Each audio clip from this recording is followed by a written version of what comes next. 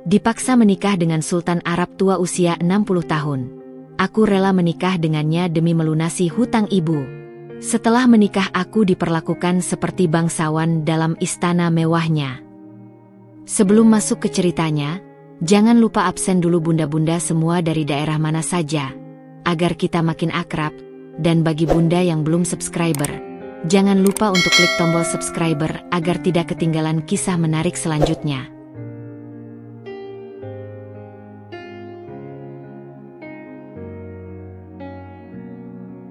Namaku Aisyah, dan di usiaku yang ke-23, kota Jakarta yang selalu berdenyut ini terasa seperti sangkar emas yang perlahan mencekik.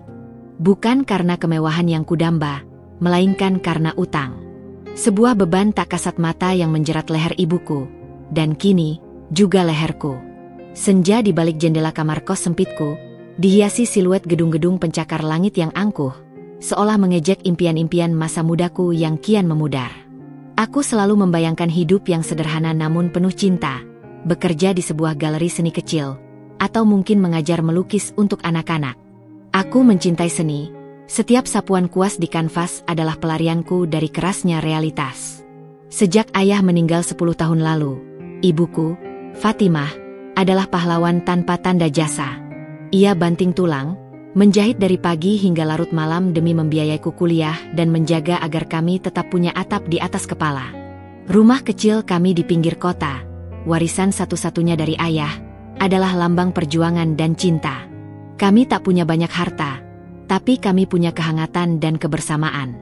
Setidaknya, itulah yang kurasakan sampai beberapa bulan terakhir. Perubahan mulai terasa saat ibu sering terlihat murung. Senyumnya yang dulu selalu merekah, kini jarang sekali kutemui.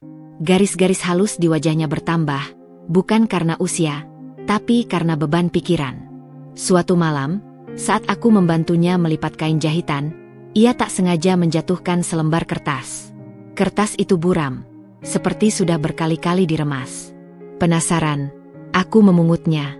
Isinya adalah surat peringatan. Surat dari rentenir. Angka-angka di dalamnya membuat jantungku serasa berhenti berdetak. 500 juta rupiah. 500 juta. Itu adalah jumlah yang tak pernah terbayangkan dalam hidup kami. Aku tahu ibu harus berutang untuk biaya pengobatan kakek yang sakit keras beberapa waktu lalu. Tapi aku tak pernah tahu jumlahnya sebesar itu. Dan kini, bunga berbunga mencekik kami. Batas waktu pelunasan hanya tinggal seminggu. Jika tidak, rumah kami akan disita. Rumah kami, satu-satunya tempat kami bernaung, akan hilang. Panik. Kata itu pun tak cukup menggambarkan kekacauan di hatiku. Aku mencoba berpikir keras, mencari segala cara. Menjual apa yang kami punya?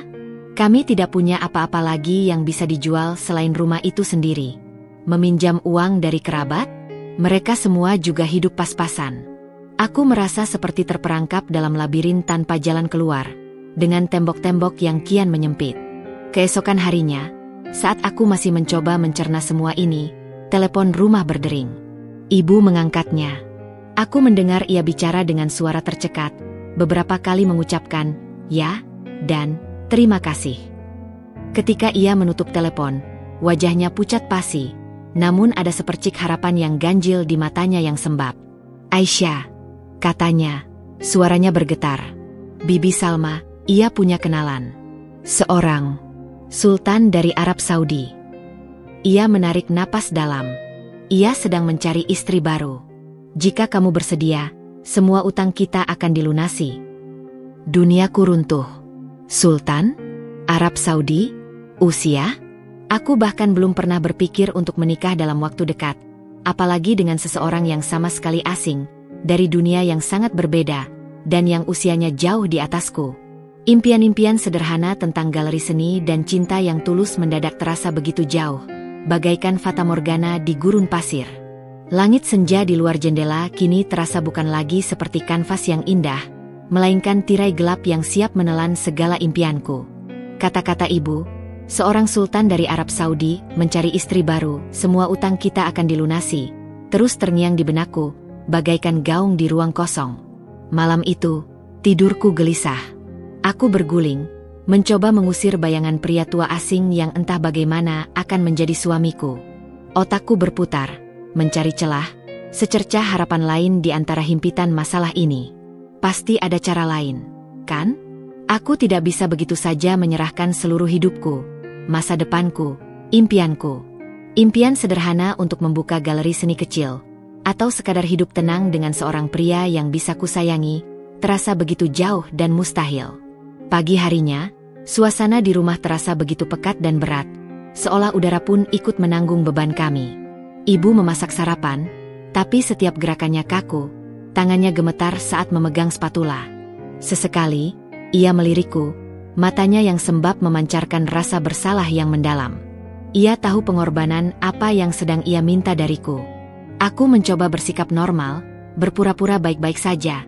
Tapi setiap gigitan nasi goreng yang kukunyah terasa seperti kerikil yang tersangkut di tenggorokanku. Aku nyaris tak bisa menelannya. Setelah sarapan, ibu duduk di sampingku di sofa tua kami yang kainnya sudah mulai usang. Sofa itu adalah saksi bisu banyak tawa dan tangis di keluarga kami. Ia menggenggam tanganku, jemarinya dingin dan kurus. "Aisyah," ia memulai, suaranya pelan, hampir tak terdengar, dan penuh kepedihan yang menyayat hati. "Ibu tahu ini terlalu berat untukmu. Ibu tidak akan pernah memaksamu untuk melakukan sesuatu yang tidak kamu inginkan." Mendengar kalimat itu, ada sedikit hembusan napas lega yang kurasakan di dadaku. Ada harapan bahwa mungkin, hanya mungkin, ibu akan menarik kembali tawarannya. Namun, kelegaan itu hanya sesaat. Ekspresi wajah ibu berubah, dari rasa bersalah menjadi ketakutan yang kentara. "Tapi, mereka mengancam," lanjut ibu, suaranya kini bergetar lebih kencang. Ia menunduk, menghindari tatapanku. "Jika utang ini tidak lunas dalam seminggu, mereka akan datang bukan hanya untuk rumah kita, tapi juga..." Ibu tidak melanjutkan kalimatnya. Ia hanya menunjuk samar-samar ke arah pintu, ke arah jalanan di luar, seolah bayangan ancaman itu sudah berdiri di ambang pintu kami. Matanya melebar, penuh kengerian. Aku tahu maksudnya. Ancaman fisik. Mereka tidak akan segan-segan menggunakan kekerasan, melukai kami, untuk mendapatkan apa yang mereka inginkan. Aku sudah sering mendengar cerita mengerikan tentang bagaimana rentenir memperlakukan korbannya yang tidak mampu membayar. Jantungku mencelos, berdentam keras di dadaku. Jadi, ini bukan sekadar ancaman penyitaan properti. Ini adalah pertaruhan nyawa dan harga diri kami. Sebuah realitas brutal yang menampar kesadaranku. Wajah ibu yang sendu, lingkar hitam tebal di bawah matanya, dan bahu tuanya yang terlihat semakin ringkih di bawah beban hidup. Semuanya berteriak tentang keputusasaan yang tak terperi. Aku melihat air mata menggenang di pelupuk matanya, siap tumpah kapan saja.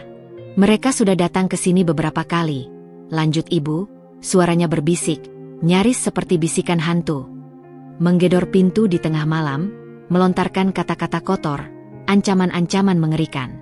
Ibu takut, Aisyah. Ibu benar-benar tidak tahu harus berbuat apa lagi. Ia akhirnya menangis, terisak pelan, menutupi wajahnya dengan kedua tangan. Kini, bukan hanya impianku yang terancam, tapi juga keselamatan ibu, wanita yang telah mengorbankan segalanya untukku. Air mataku mulai menetes, ikut membasahi pipi. Aku memeluk ibu erat-erat, seolah ingin menyerap semua ketakutannya ke dalam diriku, melindungi dia dari dunia kejam ini. Rasa benci terhadap rentenir itu membuncah di hatiku, diikuti oleh rasa marah pada diriku sendiri karena merasa begitu tidak berdaya, tidak mampu membantu lebih banyak. Bibi Salma bilang, ibu melanjutkan setelah beberapa saat, meredakan tangisnya. Syekh Mansur itu pria yang sangat terhormat. Ia duda, sudah lama hidup sendiri. Dan konon ia sangat kesepian di tengah kekayaan melimpahnya. Ia tidak mencari cinta yang membara, yang hanya ada di dongeng. Ia hanya mencari seseorang yang bisa menemaninya di usia senjanya, menjadi pendamping hidup. Dan ia bersedia memberikan mahar yang sangat besar, cukup untuk melunasi semua utang kita, bahkan lebih. Kamu tidak perlu khawatir soal uang untuk kehidupan kita ke depan. Mendengar kata, mahar yang sangat besar, sebuah gambaran aneh muncul di benakku. Kehidupan mewah yang tak masuk akal, istana megah, permata berkilauan, pelayan yang siap sedia. Tapi semua itu terasa begitu hampa. Apa artinya kemewahan jika jiwa terpenjara? Jika kebebasanku dirampas? Namun, di sisi lain, bayangan ibu yang aman, bebas dari ancaman, bisa tidur nyenyak tanpa ketakutan, adalah sesuatu yang tak ternilai harganya. Aku memejamkan mata, mencoba menimbang di antara dua pilihan yang sama-sama terasa berat ini. Di satu sisi, ada kebebasanku, masa depanku, impian-impianku yang telah kubangun. Di sisi lain, ada keselamatan dan kebahagiaan satu-satunya orang yang paling kucintai di dunia ini. Beri ibu sedikit waktu lagi, nak, lirih ibu, seolah membaca keraguan di wajahku. Ibu akan coba cari jalan lain. Mungkin ada keajaiban. Tapi aku tahu, ibu hanya menghiburku. Ibu sudah putus asa. Aku juga putus asa. Tidak ada jalan lain. Situasi ini seperti tebing curam di depanku, melompat ke kehampaan yang tak ku ketahui dengan menikahi pria asing itu, atau membiarkan orang yang kucintai jatuh ke jurang ancaman dan bahaya. Malam itu, di kamar kos yang dingin, aku menatap pantulan diriku di cermin yang buram. Wajahku pucat, mataku sembab dan merah. Ini adalah keputusan paling berat dalam hidupku. Aku bukan lagi Aisyah yang punya impian sederhana dan hati yang riang. Aku adalah Aisyah yang harus memilih antara diriku sendiri dan orang yang melahirkanku. Orang yang telah mengorbankan seluruh hidupnya untukku. Sebuah pengorbanan yang pahit, namun terasa seperti satu-satunya jalan. Aku tahu, jika aku tidak melakukannya, aku akan menyesal seumur hidup melihat ibu hidup dalam ketakutan. Aku harus melakukannya. Demi ibu. Demi rumah kami, tempat kami bernaung. Demi ketenangan hati kami berdua. Ini adalah harga yang harus kubayar, sekecil apapun diriku di mata dunia, untuk melunasi cinta dan pengorbanan ibu. Keputusan telah bulat. Kata, bersedia, telah meluncur dari bibirku, namun hatiku masih bergemuruh hebat, bagaikan badai yang terperangkap dalam sangkar. Aku telah memilih jalan ini, bukan karena suka, bukan pula karena gairah, tapi karena paksaan keadaan yang kejam dan cinta tulusku pada ibu. Pagi setelah percakapan berat itu, aku melihat ibu sedikit lebih lega, meski sorot matanya yang masih menyisakan lingkaran hitam pekat di bawahnya masih menyimpan kesedihan yang mendalam. Ia sibuk menghubungi Bibi Salma, suaranya terdengar lebih bersemangat dari biasanya, mengatur pertemuan untuk membahas langkah selanjutnya. Ruangan kecil kami terasa hening, hanya suara bisikan ibu dan Bibi Salma yang terdengar sesekali dari telepon, seperti dengungan lebah yang mengganggu pikiranku. Aku hanya duduk diam di sudut ruangan, memandangi buku-buku sketsaku yang berserakan di meja, merasakan setiap impian kecil yang dulu kubangun dengan hati-hati, kini merenggang, satu persatu, dan hancur berkeping-keping.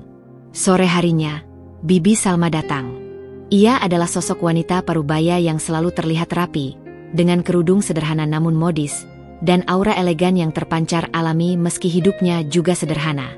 Ia duduk di sofa tua kami, menyesap teh melati hangat yang dibuat ibu, dan mulai menjelaskan detail-detail yang selama ini hanya berupa kabut dalam benakku. Syekh Mansur Al-Hamad, ucapnya, suaranya tenang namun penuh wibawa, setiap kata tertata rapi. Adalah salah satu saudagar terkaya di wilayahnya, di Saudi. Ia memiliki perusahaan minyak raksasa, jaringan properti yang tersebar luas, dan berbagai bisnis lain yang tak terhitung jumlahnya. Kekayaannya tak terukur. Ia kehilangan istri tercintanya sekitar 5 tahun lalu karena sakit, dan sejak itu ia hidup sendiri di istananya yang megah. Keluarganya, terutama anak-anak dan kerabat dekatnya, mendesaknya untuk menikah lagi, terutama untuk memiliki pendamping di usia senjanya, seseorang yang bisa menemaninya, berbagi waktu, dan menjadi penyejuk hati. Aku mendengarkan dengan saksama, mencoba membentuk gambaran pria ini dalam benakku. Tua, kaya raya, kesepian. Fakta-fakta itu terasa dingin, hampa, tanpa emosi, seperti data di lembaran kertas. Ia tidak mencari wanita muda yang ambisius. Aisyah, lanjut Bibi Salma, menatapku lurus dengan sorot mata yang penuh pengertian. Ia mencari seseorang yang tulus, yang bisa menghargai ketenangan dan kesederhanaan hidup, bukan kemewahan itu sendiri. Ia tahu betul situasimu, nak, tahu kamu bersedia karena masalah utang ibumu. Dan dia tidak keberatan dengan itu sama sekali. Bahkan, ia bersedia melunasi semua utangmu bahkan sebelum kalian bertemu secara langsung. Ini adalah bukti keseriusannya dan niat baiknya untuk menunjukkan bahwa ini bukan paksaan, melainkan sebuah penawaran. Jantungku berdesir mendengar bagian, melunasi utang bahkan sebelum bertemu. Ini menunjukkan bahwa ia benar-benar berniat baik, setidaknya dalam hal finansial. Beban berat yang selama ini menindih bahu kami, tiba-tiba terasa sedikit terangkat. Namun, bagian tidak mencari wanita muda yang ambisius dan menghargai ketenangan dan kesederhanaan, terasa seperti pisau bermata dua. Apakah ia mencari boneka yang penurut? Atau memang ia hanya ingin ketenangan yang tulus, bukan gairah duniawi? Aku bertanya-tanya, apakah aku bisa memenuhi ekspektasinya? Syekh Mansur ingin berbicara denganmu, Aisyah. Bibi Salma melanjutkan, merusak lamunanku lewat panggilan video. Sebagai perkenalan awal, jika kamu merasa tidak nyaman, kamu bisa menolaknya. Mendengar itu, tanganku langsung dingin, dan perutku mulas. Panggilan video? Bagaimana mungkin? Aku tidak pernah membayangkan diriku akan menghadapi situasi seperti ini, berhadapan langsung dengan pria yang akan menjadi suamiku hanya melalui layar ponsel. Rasa cemas bercampur takut membuat napas memburu. Apa yang harus kukatakan? Bagaimana penampilanku? Bagaimana jika aku salah bicara? Atau tidak bisa menjawab pertanyaannya? Ibu mengusap bahuku, memberiku kekuatan tanpa kata. Genggaman tangannya yang hangat memberiku sedikit keberanian. Beberapa menit kemudian, telepon Bibi Salma berdering nyaring. "Ini dia," katanya, mengisyaratkan padaku untuk mendekat. Dengan tangan gemetar, aku meraih ponsel. Layar menampilkan seorang pria. Wajahnya dipenuhi kerutan yang dalam, menunjukkan usianya yang memang sudah sangat lanjut, namun matanya memancarkan keteduhan dan kebijaksanaan yang menenangkan. Janggut putihnya rapi terawat, membentuk bingkai bagi senyum tipisnya. Ia mengenakan gamis putih bersih khas Arab, dengan sorban yang terpasang rapi di kepalanya, memancarkan aura kemuliaan yang tak terbantahkan. "Assalamualaikum, Aisyah." Suaranya berat, namun begitu lembut, dengan aksen Arab yang kental dan menenangkan. "Waalaikumsalam," jawabku, nyaris berbisik. Lidahku terasa keluh, tenggorokanku kering. Aku nyaris tak bisa mengeluarkan suara. "Nama saya Mansur Al-Hamad," ucapnya, nadanya tenang dan sabar. "Bibi Salma sudah menjelaskan situasimu secara garis besar. Saya mengerti keberatanmu, dan saya menghormati keputusanmu sepenuhnya, apapun itu. Tidak ada paksaan di sini." Ia berbicara dengan sangat tenang, tanpa terburu-buru, memberiku waktu untuk mencerna setiap katanya. "Saya tahu ini bukan pernikahan yang ideal dari sudut pandang seorang wanita muda. Saya tidak akan menuntut cinta yang membara seperti yang ada di buku-buku atau film-film, atau pengorbanan yang berlebihan darimu. Yang saya harapkan hanyalah seorang pendamping. Seseorang yang bisa berbagi cerita, berbagi tawa di hari-hari tua saya yang mungkin tidak lama lagi. Saya menjamin keamanan dan kenyamananmu, Aisyah, dan semua kewajiban finansial ibumu akan menjadi tanggung jawab saya sepenuhnya, begitu kamu setuju dan menikah dengan saya. Bahkan sebelum akad nikah, dana pelunasan hutang sudah akan saya transfer." Ada jeda sejenak. Aku menatap matanya di layar. Tidak ada paksaan di sana, tidak ada tatapan merendahkan atau meremehkan. Hanya ada ketulusan yang aneh, dan mungkin sedikit kesepian yang tersembunyi di balik sorot matanya yang tenang. Aku merasakan beban di pundakku sedikit terangkat, seolah ada tangan raksasa yang mengangkat sebagian besar batu yang menghimpitku. Ia tidak seperti rentenir yang kejam, atau pria tua mesum yang kubayangkan. Ia adalah seorang pria terhormat yang sedang mencari ketenangan, dan mungkin juga teman. Saya mengerti, Syekh Mansur," ujarku akhirnya, suaraku masih sedikit bergetar, namun kini ada keyakinan yang samar. "Saya bersedia. Saya menerima penawaran Anda." Tak ada ekspresi berlebihan di wajahnya. Hanya senyum tipis yang tulus dan mengembang di bibirnya yang tertutup janggut putih. "Terima kasih, Aisyah. Semoga Allah memberkahi keputusan ini. Bibi Salma akan mengurus semua detail keberangkatanmu dalam beberapa hari ke depan. Pastikan paspormu sudah siap." Panggilan terputus. Aku mengembalikan ponsel kepada Bibi Salma. Sebuah napas lega yang panjang kuhembuskan, namun juga disertai rasa takut yang jauh lebih besar, bahkan lebih mendalam dari sebelumnya. Keputusan final telah dibuat. Aku baru saja menjual masa depanku, impianku, untuk sebuah kehidupan yang sama sekali asing, di negeri yang sangat jauh, bersama seorang pria yang baru kukenal lewat layar ponsel. Titik pemicu itu telah terlontar, dan kini, aku akan terbang menuju dunia yang sama sekali lain, tanpa tahu apa yang menantiku di sana. Setelah percakapan video singkat namun penuh makna dengan Syekh Mansur, hari-hari selanjutnya berlalu bagaikan pusaran angin kencang yang menyapu segala ketenangan. Rasanya seperti ada tangan tak kasat mata yang mendorongku melintasi serangkaian persiapan yang serba cepat dan tak terhindarkan. Bibi Salma, dengan sigap dan efisiennya, menjadi koordinator utama. Ia tak hanya mengurus dokumen perjalanan yang rumit, mulai dari paspor yang dipercepat, aplikasi visa, hingga tiket pesawat, tetapi juga membimbing ibu dan aku dalam hal-hal terkait adat istiadat, etika, dan ekspektasi yang mungkin akan kutemui di Arab Saudi, sebuah negeri yang sejauh ini hanya kukenal dari tayangan berita dan buku geografi.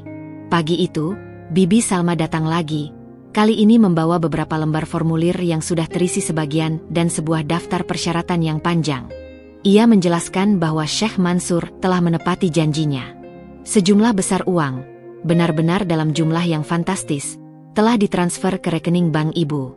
Jumlah itu lebih dari cukup untuk melunasi seluruh utang beserta bunganya yang mencekik, dan menyisakan banyak untuk biaya hidup ibu selama aku pergi, memastikan ia tidak akan lagi kesulitan finansial.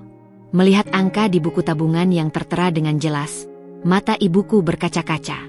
Air mata kelegaan membanjiri pipinya yang keriput, mengalir tak terbendung.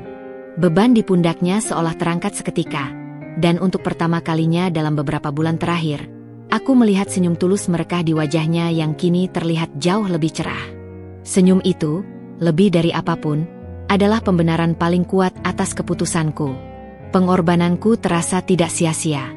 Namun, di balik kelegaan finansial yang dirasakan ibu, dan sedikit yang kurasakan sendiri, ada kekosongan yang menganga di hatiku. Sebuah lubang hitam yang perlahan membesar. Aku tahu aku telah melakukan hal yang benar untuk ibu, menyelamatkannya dari jurang ancaman, tetapi ada bagian diriku yang merasa hampa, seperti sepotong puzzle vital yang hilang, entah kemana. Malam-malam kulalui dengan melamun, menatap langit-langit kamar kos yang terasa semakin asing, seolah dinding-dinding itu menyempit, mencekikku. Aku membayangkan Riyadh, kota tujuan, dengan istana Syekh Mansur yang megah.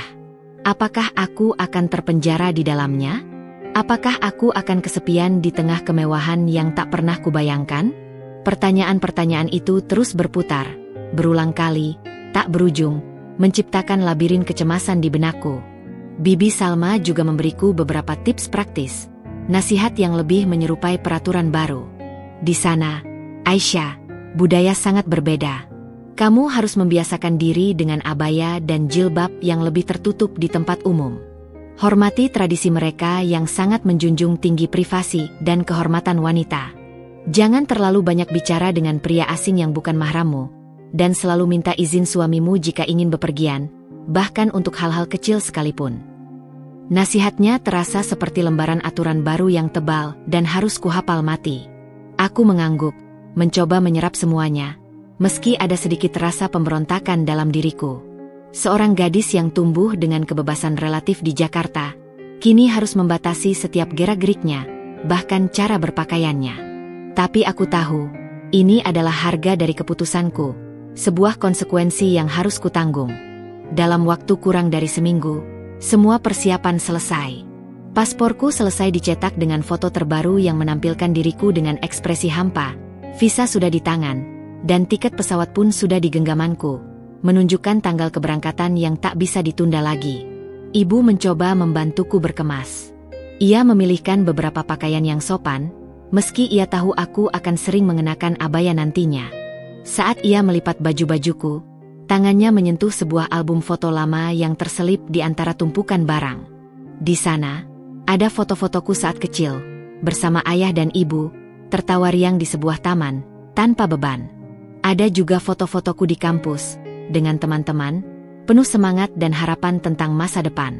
Melihatnya, aku merasakan gelombang kesedihan yang tak tertahankan, meluap-luap dari dasar hatiku. Ini bukan hanya tentang meninggalkan rumah, tetapi juga tentang meninggalkan Aisyah yang dulu. Aisyah dengan semua mimpinya yang sederhana, yang kini harus terkubur dalam-dalam. Ibu akan merindukanmu, nak, bisik ibu, memelukku erat, air matanya tumpah lagi. Jaga dirimu baik-baik di sana. Jangan lupakan kami di sini. Aku juga akan merindukan ibu, jawabku, suaraku tercekat di tenggorokan. Pelukan itu terasa begitu erat, begitu menenangkan, seolah mencoba menahan waktu, menahan perpisahan yang akan datang tak terelakkan. Aku memeluknya balik, mencium puncak kepalanya, merasakan aroma rambutnya yang sudah memutih dan sedikit bau keringat dari aktivitasnya. Ini adalah perpisahan yang terasa seperti kematian sebuah bagian dari diriku, perpisahan dengan masa lalu yang tak akan pernah kembali. 2 hari sebelum keberangkatan, kami menerima kabar pasti bahwa utang ibu telah lunas seutuhnya. Sebuah notifikasi bank masuk ke ponsel ibu, mengonfirmasi transfer dana yang sangat besar. Ibu menangis lagi, kali ini tangisan lega yang campur aduk antara kebahagiaan dan kesedihan karena akan berpisah denganku. Ia memelukku, berulang kali mengucapkan terima kasih, berulang kali mencium pipiku. Melihat senyum dan ketenangan yang akhirnya kembali di wajah ibu, aku merasa sedikit lega, sebuah cahaya kecil di tengah kegelapan yang menyelimutiku. Setidaknya, pengorbananku tidak sia-sia, dan ibu kini bisa hidup tenang. Namun, di malam terakhirku di Jakarta, ketakutan itu kembali menghantam, lebih kuat dari sebelumnya. Bagaimana jika aku tidak bisa beradaptasi? Bagaimana jika Syekh Mansur ternyata tidak seperti yang terlihat di panggilan video? Bagaimana jika kebaikan itu hanya sebuah topeng? Bagaimana jika aku kesepian seumur hidup, terperangkap dalam sangkar emas tanpa jalan keluar? Kotak Pandora kecemasan terbuka lebar, melepaskan semua keraguan dan ketidakpastian. Aku menatap langit malam Jakarta dari jendela, melihat kerlip lampu kota yang tak pernah tidur, gemuruh lalu lintas yang tak pernah henti, suara kehidupan yang akan kutinggalkan. Aku akan pergi menuju dunia yang gelap dan tak kukenali, dan aku tidak tahu apakah aku akan menemukan cahaya di sana, atau justru tersesat selamanya dalam bayangan kemewahan. Hari keberangkatan tiba, menyapa dengan langit Jakarta yang mendung pekat, seolah turut merasakan mendung di hatiku yang diliputi kegundahan. Koperku, sebuah representasi rapuh dari sebagian kecil hidupku yang lama dan beberapa lembar harapan yang kian menipis, terasa berat saat kuseret. Bukan hanya berat karena isinya, tetapi juga karena simbolisme perpisahan yang dibawanya. Ibu mengantarku ke bandara, ditemani Bibi Salma yang terlihat begitu tenang dan cekatan mengurus segala formalitas keberangkatan. Sepanjang perjalanan di dalam taksi yang melaju lambat di tengah kemacetan Jakarta, kami tak banyak bicara. Hanya ada keheningan yang dipecah oleh suara mesin dan gelegar klakson. Ibu terus menggenggam tanganku dengan erat, menyalurkan segala doa, kekhawatiran, dan cinta tak bersyaratnya. Aku membalas genggaman itu tak kalah erat, mencoba meyakinkan diriku sendiri, dan juga ibu, bahwa ini adalah demi kebaikannya, demi kebaikan kami berdua. Saat tiba di Terminal 3 Bandara Internasional Soekarno-Hatta yang megah dan ramai, suasana hiruk-pikuk khas bandara, deru pesawat, pengumuman yang bersahutan, kerumunan orang yang berlalu lalang, tak mampu mengalihkan perhatianku dari perpisahan yang sudah di depan mata. Momen yang paling kutakuti akhirnya tiba. Ibu memelukku lagi, kali ini lebih lama, lebih erat, seolah ingin menyerap seluruh keberadaanku ke dalam dirinya. Air mata kembali membasahi pipinya, dan kali ini, aku pun tak bisa lagi menahannya. Genangan hangat membasahi kerudung ibu, terasa asin di bibirku. Jaga dirimu baik-baik, nak. Telepon ibu jika sudah sampai. Kabari selalu apapun yang terjadi ya, bisiknya, suaranya parau menahan tangis. Tentu, Bu. Ibu juga jaga kesehatan ya. Jangan khawatirkan Aisyah, jawabku, mencoba tersenyum di tengah isak tangis yang tertahan.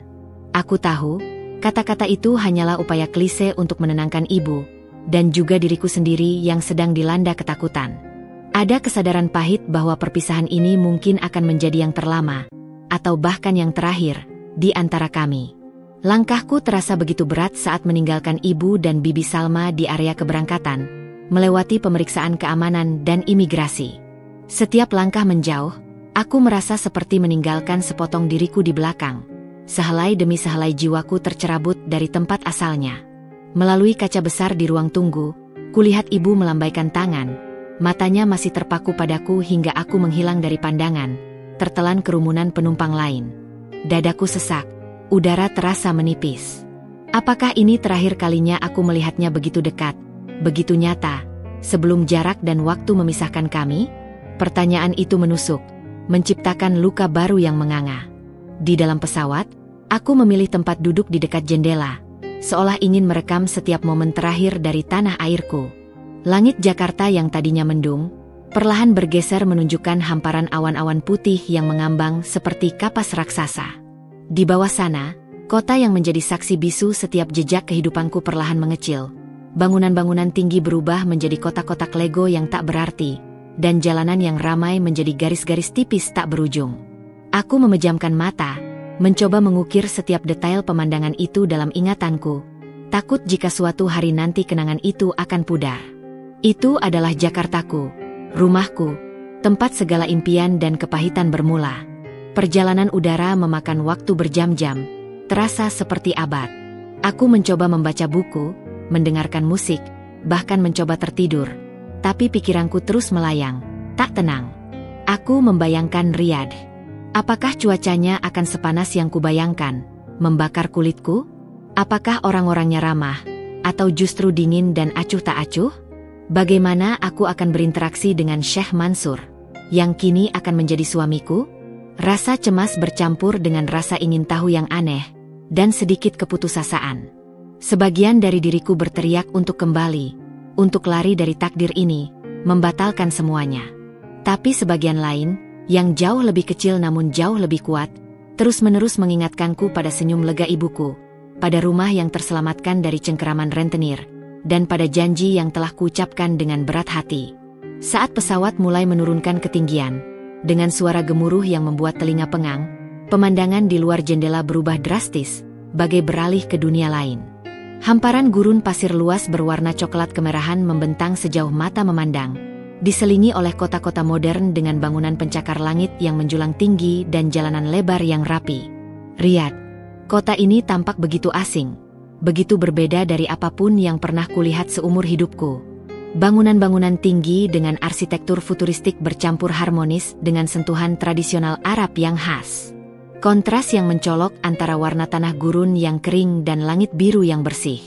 Pesawat mendarat mulus, tanpa guncangan berarti. Jantungku berdebar kencang, lebih kencang dari sebelumnya, berdentum di telingaku. Ini dia. Babak baru dalam hidupku akan segera dimulai. Ketika pintu pesawat terbuka dan semburan udara panas gurun yang kering menyeruak masuk, menusuk kulitku, aku menarik napas dalam-dalam.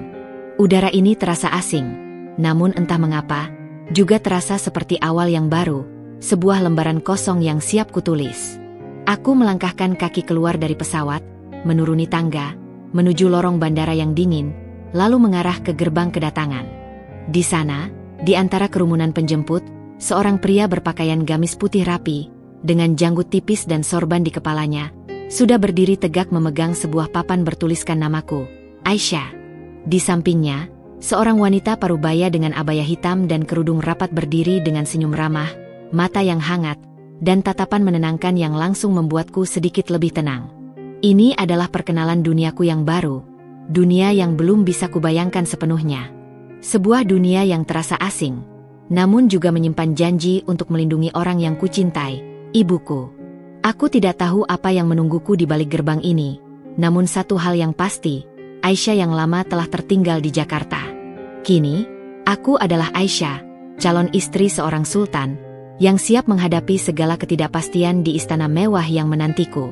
Hari keberangkatan tiba, menyapa dengan langit Jakarta yang mendung pekat, seolah turut merasakan mendung di hatiku yang diliputi kegundahan. Koperku, sebuah representasi rapuh dari sebagian kecil hidupku yang lama dan beberapa lembar harapan yang kian menipis, terasa berat saat kuseret.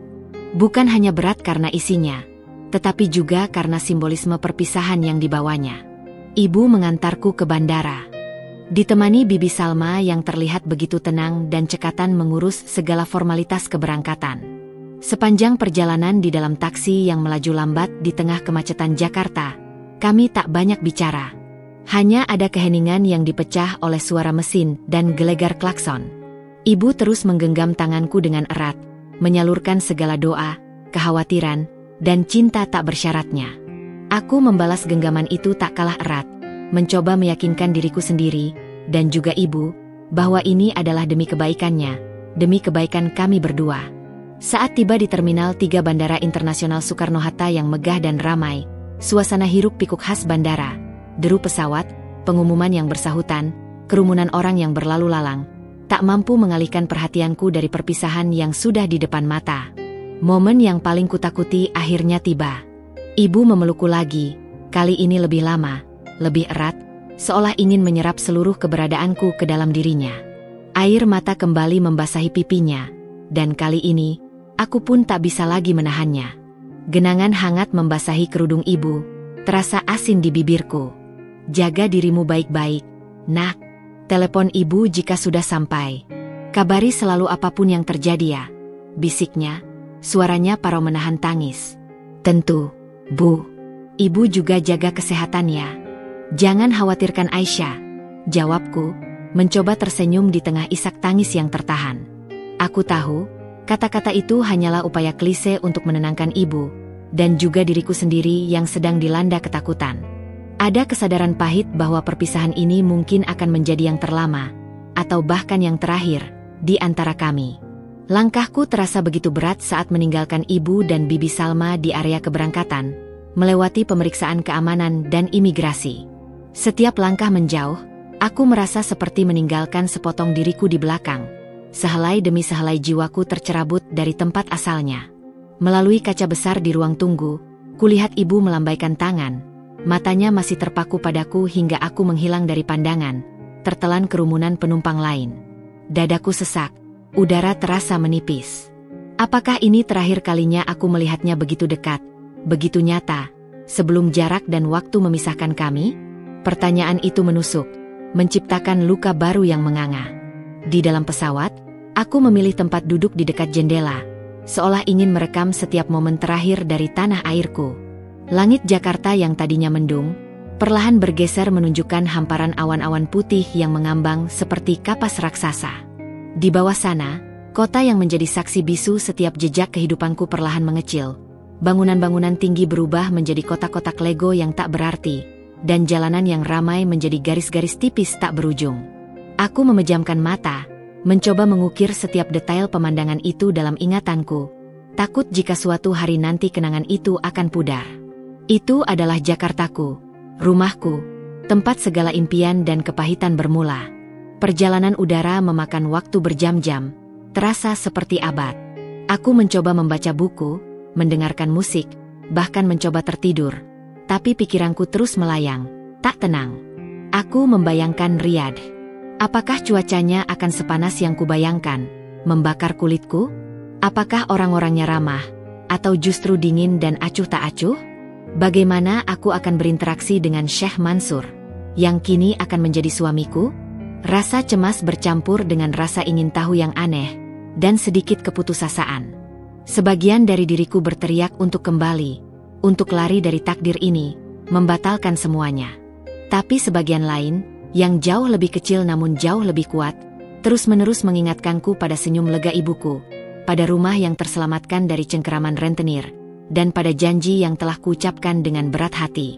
Saat pesawat mulai menurunkan ketinggian, dengan suara gemuruh yang membuat telinga pengang, pemandangan di luar jendela berubah drastis, bagai beralih ke dunia lain. Hamparan gurun pasir luas berwarna coklat kemerahan membentang sejauh mata memandang, diselingi oleh kota-kota modern dengan bangunan pencakar langit yang menjulang tinggi dan jalanan lebar yang rapi. Riyadh. Kota ini tampak begitu asing, begitu berbeda dari apapun yang pernah kulihat seumur hidupku. Bangunan-bangunan tinggi dengan arsitektur futuristik bercampur harmonis dengan sentuhan tradisional Arab yang khas. Kontras yang mencolok antara warna tanah gurun yang kering dan langit biru yang bersih. Pesawat mendarat mulus, tanpa guncangan berarti. Jantungku berdebar kencang, lebih kencang dari sebelumnya, berdentum di telingaku. Ini dia. Babak baru dalam hidupku akan segera dimulai. Ketika pintu pesawat terbuka dan semburan udara panas gurun yang kering menyeruak masuk, menusuk kulitku, Aku menarik napas dalam-dalam. Udara ini terasa asing, namun entah mengapa, juga terasa seperti awal yang baru, sebuah lembaran kosong yang siap kutulis. Aku melangkahkan kaki keluar dari pesawat, menuruni tangga, menuju lorong bandara yang dingin, lalu mengarah ke gerbang kedatangan. Di sana, di antara kerumunan penjemput, seorang pria berpakaian gamis putih rapi, dengan janggut tipis dan sorban di kepalanya, sudah berdiri tegak memegang sebuah papan bertuliskan namaku, Aisyah. Di sampingnya, seorang wanita parubaya dengan abaya hitam dan kerudung rapat berdiri dengan senyum ramah, mata yang hangat, dan tatapan menenangkan yang langsung membuatku sedikit lebih tenang. Ini adalah perkenalan duniaku yang baru, dunia yang belum bisa kubayangkan sepenuhnya. Sebuah dunia yang terasa asing, namun juga menyimpan janji untuk melindungi orang yang kucintai, ibuku. Aku tidak tahu apa yang menungguku di balik gerbang ini, namun satu hal yang pasti, Aisyah yang lama telah tertinggal di Jakarta. Kini, aku adalah Aisyah, calon istri seorang sultan, yang siap menghadapi segala ketidakpastian di istana mewah yang menantiku. Hari keberangkatan tiba, menyapa dengan langit Jakarta yang mendung pekat, seolah turut merasakan mendung di hatiku yang diliputi kegundahan. Koperku, sebuah representasi rapuh dari sebagian kecil hidupku yang lama dan beberapa lembar harapan yang kian menipis, terasa berat saat kuseret. Bukan hanya berat karena isinya, tetapi juga karena simbolisme perpisahan yang dibawanya.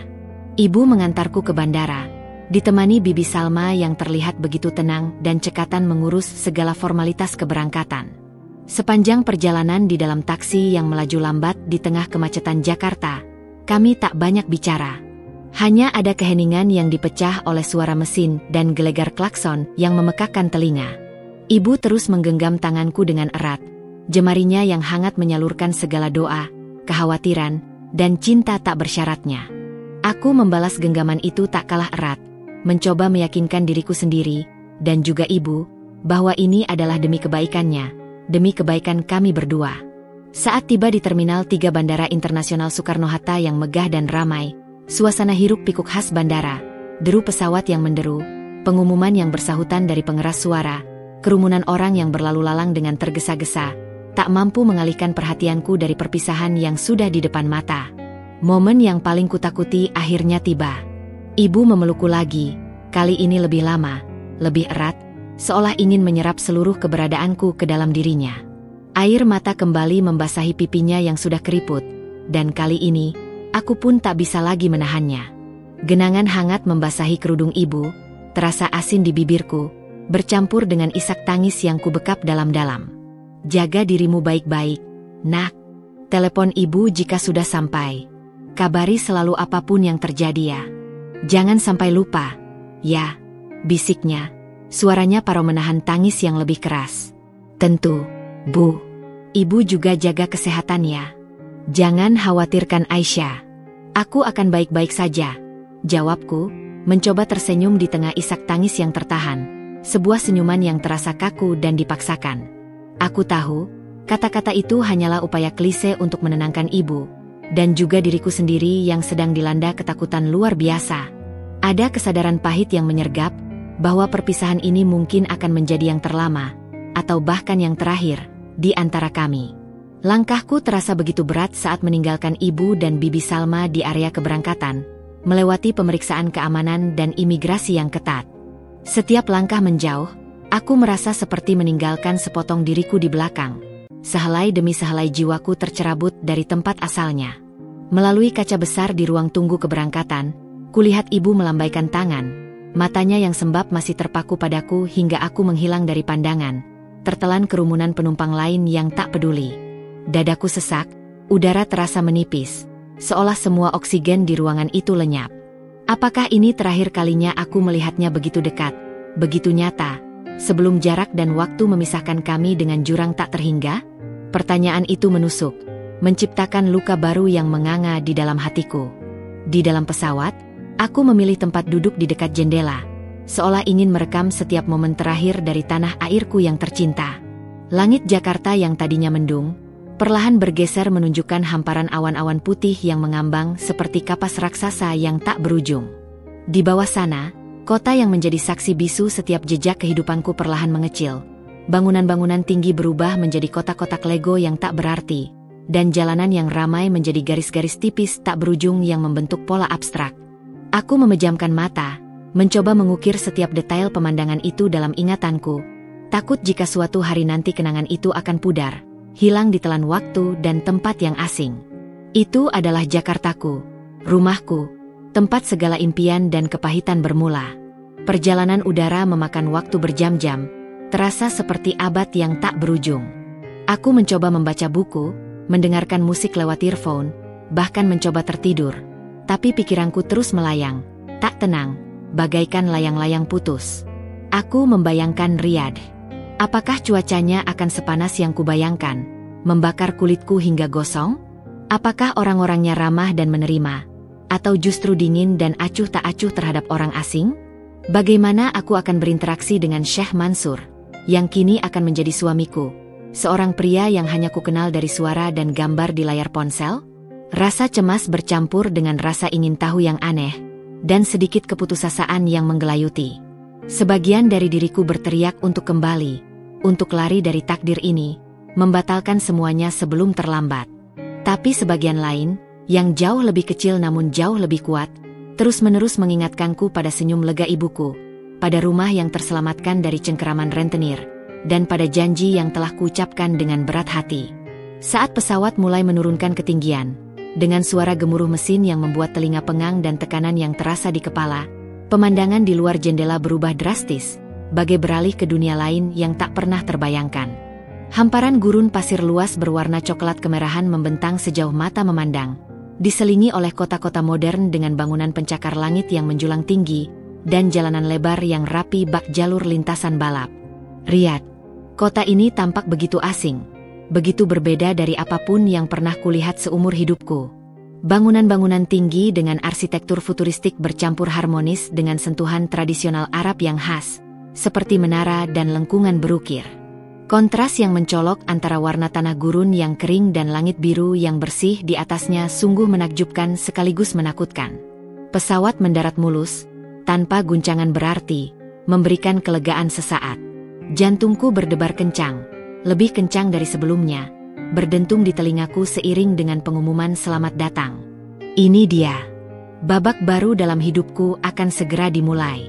Ketika pintu pesawat terbuka dan semburan udara panas gurun yang kering menyeruak masuk, menusuk kulitku yang sudah terbiasa dengan iklim tropis, aku menarik napas dalam-dalam, mengisi paru-paruku dengan udara yang asing. Udara ini terasa kering, namun entah mengapa, juga terasa seperti awal yang baru, sebuah lembaran kosong yang siap kutulis dengan tinta takdir yang belum kutahu. Aku melangkahkan kaki keluar dari pesawat, menuruni tangga, menuju lorong bandara yang dingin dan ramai, lalu mengarah ke gerbang kedatangan.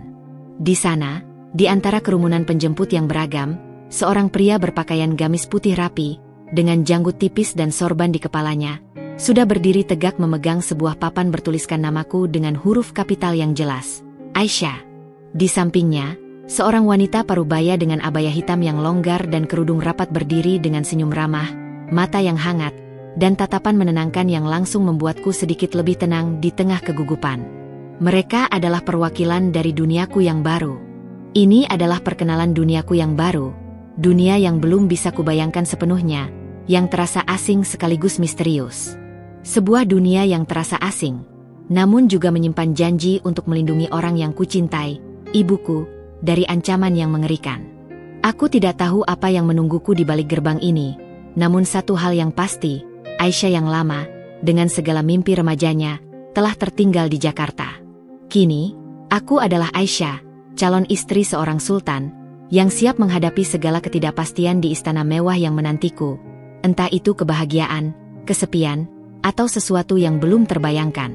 Pria yang memegang papan namaku di gerbang kedatangan bandara, dengan senyum ramah dan anggukan sopan, memperkenalkan diri sebagai Fahad. Ia adalah asisten pribadi Syekh Mansur, seorang pria parubaya yang terlihat sangat efisien dan terorganisir, dengan sorot mata yang ramah namun juga menunjukkan profesionalisme tinggi yang tak terbantahkan. Wanita di sampingnya adalah Fatima, kepala pelayan di istana, yang juga akan secara khusus mendampingiku selama masa adaptasi awal ini. Mata Fatima memancarkan kehangatan yang menenangkan, sedikit meredakan kegugupan yang melandaku. Aku perhatikan, keduanya sama-sama fasih berbahasa Inggris dengan aksen yang lembut dan fasih. Sebuah anugerah yang membuatku sedikit lega karena tidak perlu lagi bergulat dengan bahasa Arab yang asing sama sekali. "Selamat datang di Riyadh, Nona Aisyah," ujar Fahad dengan suara tenang dan gestur yang sangat sopan, nyaris seperti membungkuk. "Syekh Mansur sangat senang atas kedatangan Anda. Mari, mobil sudah menunggu dan siap mengantar Anda ke istana." Ia dengan cekatan membantu mengambil kopersku yang tidak seberapa, hanya sebuah koper ukuran sedang berisi beberapa pakaian dan kenangan. Sementara itu, Fatima dengan lembut menuntunku berjalan, tangannya sedikit menyentuh punggungku sebagai isyarat, memberikan kenyamanan yang tak terduga. Aroma udara gurun yang kering dan sedikit berdebu kini terasa lebih kuat di luar area bandara yang sejuk ber-AC. Aku melangkah, mencoba menenangkan diri, jantungku masih berdebar tak karuan, terasa ingin melompat keluar dari dadaku. Udara panas ini sungguh berbeda dengan kelembaban Jakarta yang selama ini ku kenal, terasa menyengat kulit. Kami diantar menuju area parkir VIP, tempat sebuah sedan mewah berwarna hitam mengkilap, sepertinya Mercedes-Benz S-Class terbaru, terparkir rapi. Interiornya berbalut kulit lembut berwarna krem, dengan fasilitas canggih yang membuatku merasa canggung dan tak pantas. Ini jauh melampaui segala kemewahan yang pernah kubayangkan, apalagi kualami. Joknya terasa empuk dan nyaman, dan suara mesinnya nyaris tak terdengar, seolah mobil itu melaju tanpa suara. Sepanjang perjalanan yang mulus di jalanan Riyadh yang lebar, bersih, dan terawat sempurna, Fatima dengan ramah menjelaskan beberapa hal dasar tentang kehidupan di sana. Syekh Mansur adalah pria yang sangat sibuk, Nona Aisyah. Ia punya banyak urusan bisnis yang menyita sebagian besar waktunya, dari pagi hingga malam. Tapi ia selalu meluangkan waktu untuk keluarga dan tamunya, terutama untuk orang-orang yang ia hargai. Jangan sungkan untuk bertanya padaku jika ada sesuatu yang tidak kamu pahami atau butuhkan selama kamu berada di sini. Aku akan selalu ada untukmu, seperti seorang ibu. Ia berbicara dengan nada keibuan, suaranya lembut dan menenangkan, membuatku merasa sedikit lebih nyaman, seolah menemukan secercah keakraban di tengah ketersendirian yang mencekam ini. Pikiranku berputar tak henti, seolah ada baling-baling di dalam kepala. Istana, Sultan. Kehidupan macam apa yang menantiku di sana? Apakah aku akan terjebak dalam sangkar emas, terpisah sepenuhnya dari dunia luar, seperti burung cantik yang hanya bisa bernyanyi dalam kesunyian yang megah? Atau akankah ada sedikit kebebasan yang bisa kuraih, celah untuk bernapas dan menjadi diriku sendiri tanpa terlalu banyak batasan? Pertanyaan-pertanyaan itu terus berkelebat, tak terjawab, menciptakan awan-awan keraguan di benakku. Setelah sekitar 45 menit berkendara, mobil melambat perlahan, memasuki sebuah jalan privat yang dijaga sangat ketat. Kami melewati gerbang besi tempat tinggi yang megah, diukir dengan ornamen Islami yang rumit dan artistik, dijaga oleh dua penjaga berseragam rapi yang memberikan hormat dengan gerakan presisi saat mobil kami melintas. Di baliknya, terhampar sebuah taman luas yang terawat sempurna, dengan hamparan rumput hijau pekat yang kontras tajam dengan warna gurun di sekitarnya. Air mancur yang memancarkan air dengan indah dihiasi patung-patung abstrak, dan deretan pohon-pohon palem yang menjulang tinggi, dihiasi lampu-lampu taman berwarna hangat yang mulai menyala seiring senja yang datang. Kemudian, di ujung jalan berliku yang diapit pepohonan, tampaklah sebuah bangunan kolosal yang mendominasi seluruh pandangan. Istana Al-Hamad. Bangunan itu sungguh megah luar biasa, didominasi warna krem dan emas yang memantulkan cahaya matahari terbenam, membuatnya tampak berkilau. Arsitektur klasiknya memadukan sentuhan Arab dengan detail modern, dihiasi lengkungan-lengkungan indah dan ornamen rumit yang diukir dengan detail menakjubkan di setiap sudut. Jendela-jendela besar di setiap sisi istana memantulkan cahaya senja, membuatnya tampak seperti permata raksasa yang bersinar di tengah padang gurun yang luas dan sunyi. Ini bukan sekadar rumah, ini adalah sebuah kompleks, sebuah kekaisaran pribadi yang luas, sebuah dunia tersendiri yang terasa seperti keluar dari halaman buku dongeng 1001 malam. Mobil berhenti mulus, nyaris tanpa guncangan, di depan pintu utama yang sangat besar dan berukiran indah, terbuat dari kayu jati tua dengan ukiran tembaga yang berkilauan. Beberapa pelayan, semuanya berpakaian seragam rapi dan bersih, sudah berdiri menunggu di beranda istana, berbaris rapi, membungkuk hormat saat aku turun dari mobil. Jantungku berdebar tak karuan, lebih kencang dari irama gendang, seolah ingin melompat keluar dari dadaku. Ini sungguh di luar dugaan, jauh melebihi segala imajinasi terliarku. Aku merasa seperti karakter dalam dongeng yang tiba-tiba menemukan dirinya di tengah-tengah cerita. Namun dengan beban kenyataan yang menusuk dan pahit, membuatku merasa kecil dan canggung. Fahad dan Fatima menuntunku masuk ke dalam. Lorong-lorongnya sangat luas, seperti aula besar, dengan lantai marmer mengilap berwarna gading yang memantulkan cahaya dari lampu gantung kristal berukuran raksasa yang menggantung megah di langit-langit tinggi. Dindingnya dihiasi dengan permadani Persia yang mewah dengan motif rumit, lukisan-lukisan abstrak modern yang berpadu dengan kaligrafi Arab yang indah, semua tertata sempurna. Aroma oud yang khas dan harum semerbak, perpaduan kayu gaharu dan rempah-rempah, memenuhi setiap sudut ruangan, sebuah wewangian yang kaya dan eksotis yang belum pernah kurasakan sebelumnya. Ini bukan sekadar kemewahan materi, ini adalah sebuah kemegahan yang terkontrol, penuh cita rasa seni yang tinggi, namun juga memancarkan aura kekayaan dan kekuasaan yang luar biasa, bahkan terasa sedikit intimidatif. "Silakan, Nona Aisyah, Syekh Mansur sudah menunggu di ruang utama," ujar Fahad dengan hormat, menunjuk sebuah pintu ganda yang sangat besar, terbuat dari kayu gelap berukir dengan pegangan kuningan keemasan. Aku menelan ludah, tenggorokanku terasa kering kerontang. Ini dia, momen yang paling kuantisipasi sekaligus kutakuti, titik penentu segalanya. Aku menarik napas dalam-dalam, mencoba mengumpulkan sisa-sisa keberanianku yang kini terasa hanya setipis benang. Dengan langkah ragu, seperti melangkah di atas kaca, aku melangkah masuk, meninggalkan pintu yang tertutup di belakangku, seolah menutup pintu bagi kehidupanku yang lama di Jakarta, dan segala yang kukenal. Aku berada di ambang gerbang duniaku yang baru, sebuah masa depan yang tak bisa kuramalkan. Begitu kakiku melangkah masuk ke ruang utama, napas tertahan di tenggorokan, tercekik oleh kemegahan yang menakjubkan. Ruangan itu begitu luas, jauh melampaui aula atau lobi hotel termewah yang pernah kulihat di Jakarta. Rasanya seperti memasuki sebuah katedral, namun dengan sentuhan Timur Tengah yang kaya. Langit-langitnya menjulang tinggi, dihiasi ukiran emas yang rumit dan detail, serta lampu gantung kristal raksasa yang berkilauan, memancarkan cahaya lembut ke setiap sudut, membuat marmer di bawahnya berkilauan. Dinding-dindingnya dilapisi panel kayu berukir dan kain sutra tebal berwarna krem dan emas yang terasa mewah di sentuhan. Permadani Persia yang sangat besar menutupi sebagian besar lantai marmer, dengan motif yang begitu detail hingga terasa seperti lukisan raksasa yang dihamparkan di bawah kakiku. Sofa-sofa mewah berlapis beludru berwarna gelap ditempatkan secara strategis, mengelilingi meja-meja kopi dari kayu berukir dan marmer yang dihiasi vas bunga segar. Aroma oud yang sudah mulai akrab denganku kini terasa lebih pekat, hangat, dan menenangkan, bercampur dengan aroma bunga-bunga eksotis. Di tengah semua kemegahan itu, di ujung ruangan yang seolah tak berujung, duduklah Syekh Mansur Al-Hamad.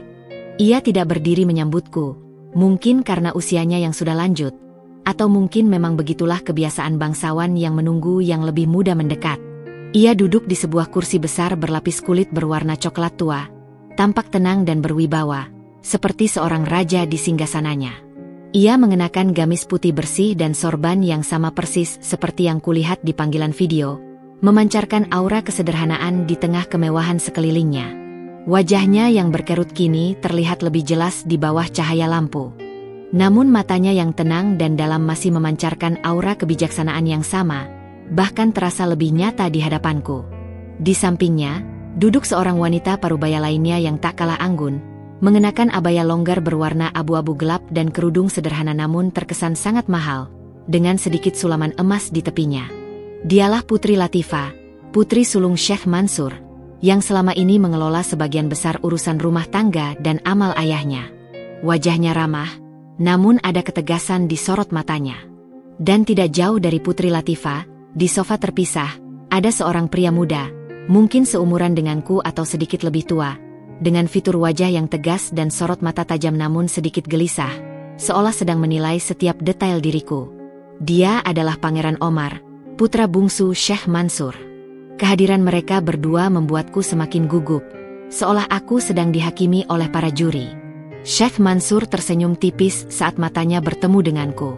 Bukan senyum menuntut atau meremehkan, melainkan senyum yang memancarkan rasa lega dan mungkin sedikit kehangatan, seperti menyambut seorang tamu penting, bukan seorang pengantin yang dipaksakan. "Assalamualaikum, Aisyah," ucapnya. Suaranya yang berat kini terdengar lebih jelas dan dalam di ruangan yang begitu sunyi, hanya dipecah oleh gemericik air mancur dari kejauhan. "Waalaikumsalam, Syekh Mansur," jawabku. Suaraku nyaris tak terdengar karena gemetar, seperti bisikan angin. Aku mencoba menunduk hormat dengan sedikit membungkuk, seperti yang diajarkan Bibi Salma kepadaku sebelum keberangkatan. "Selamat datang di istanaku, dan sebentar lagi, istanamu juga," ia melanjutkan. Suaranya tetap tenang dan penuh wibawa. Ia sedikit menggerakkan tangannya, mengisyaratkan Fatima untuk membimbingku ke salah satu sofa di seberangnya, tempat kosong yang telah disiapkan. "Semoga perjalananmu menyenangkan dan tidak terlalu melelahkan." Fatima menuntunku dengan lembut, tangannya sedikit menyentuh punggungku. Saat duduk di sofa yang empuk itu, aku merasakan mata Putri Latifah dan Pangeran Omar menatapku tanpa berkedip. Tatapan Putri Latifah terasa seperti mengamati, penuh rasa ingin tahu, namun tidak menghakimi, seolah ia sedang mencoba memahami diriku. Sementara tatapan Pangeran Omar terasa dingin, tajam, dan sedikit curiga. Ia sama sekali tidak tersenyum, hanya menatapku dengan mata yang menyelidik, seolah mencari-cari kesalahan atau motif tersembunyi. Aku merasa sangat tidak nyaman di bawah tatapannya yang menusuk itu. "Ini Putri Latifah, putri sulungku. Dan ini Pangeran Omar, putra bungsuku." Syekh Mansur memperkenalkan mereka satu persatu, dengan nada bangga. Latifah adalah manajer istana ini dan mengelola sebagian besar urusan internal rumah tangga, memastikan semuanya berjalan lancar. Dan Omar mengelola sebagian besar bisnis keluarga di luar negeri. Ia adalah pewaris utama bisnis kami. Aku mengangguk hormat ke arah mereka berdua. Putri Latifah membalas dengan senyum tipis yang ramah, lebih dari sekadar basa-basi. "Selamat datang, Aisyah.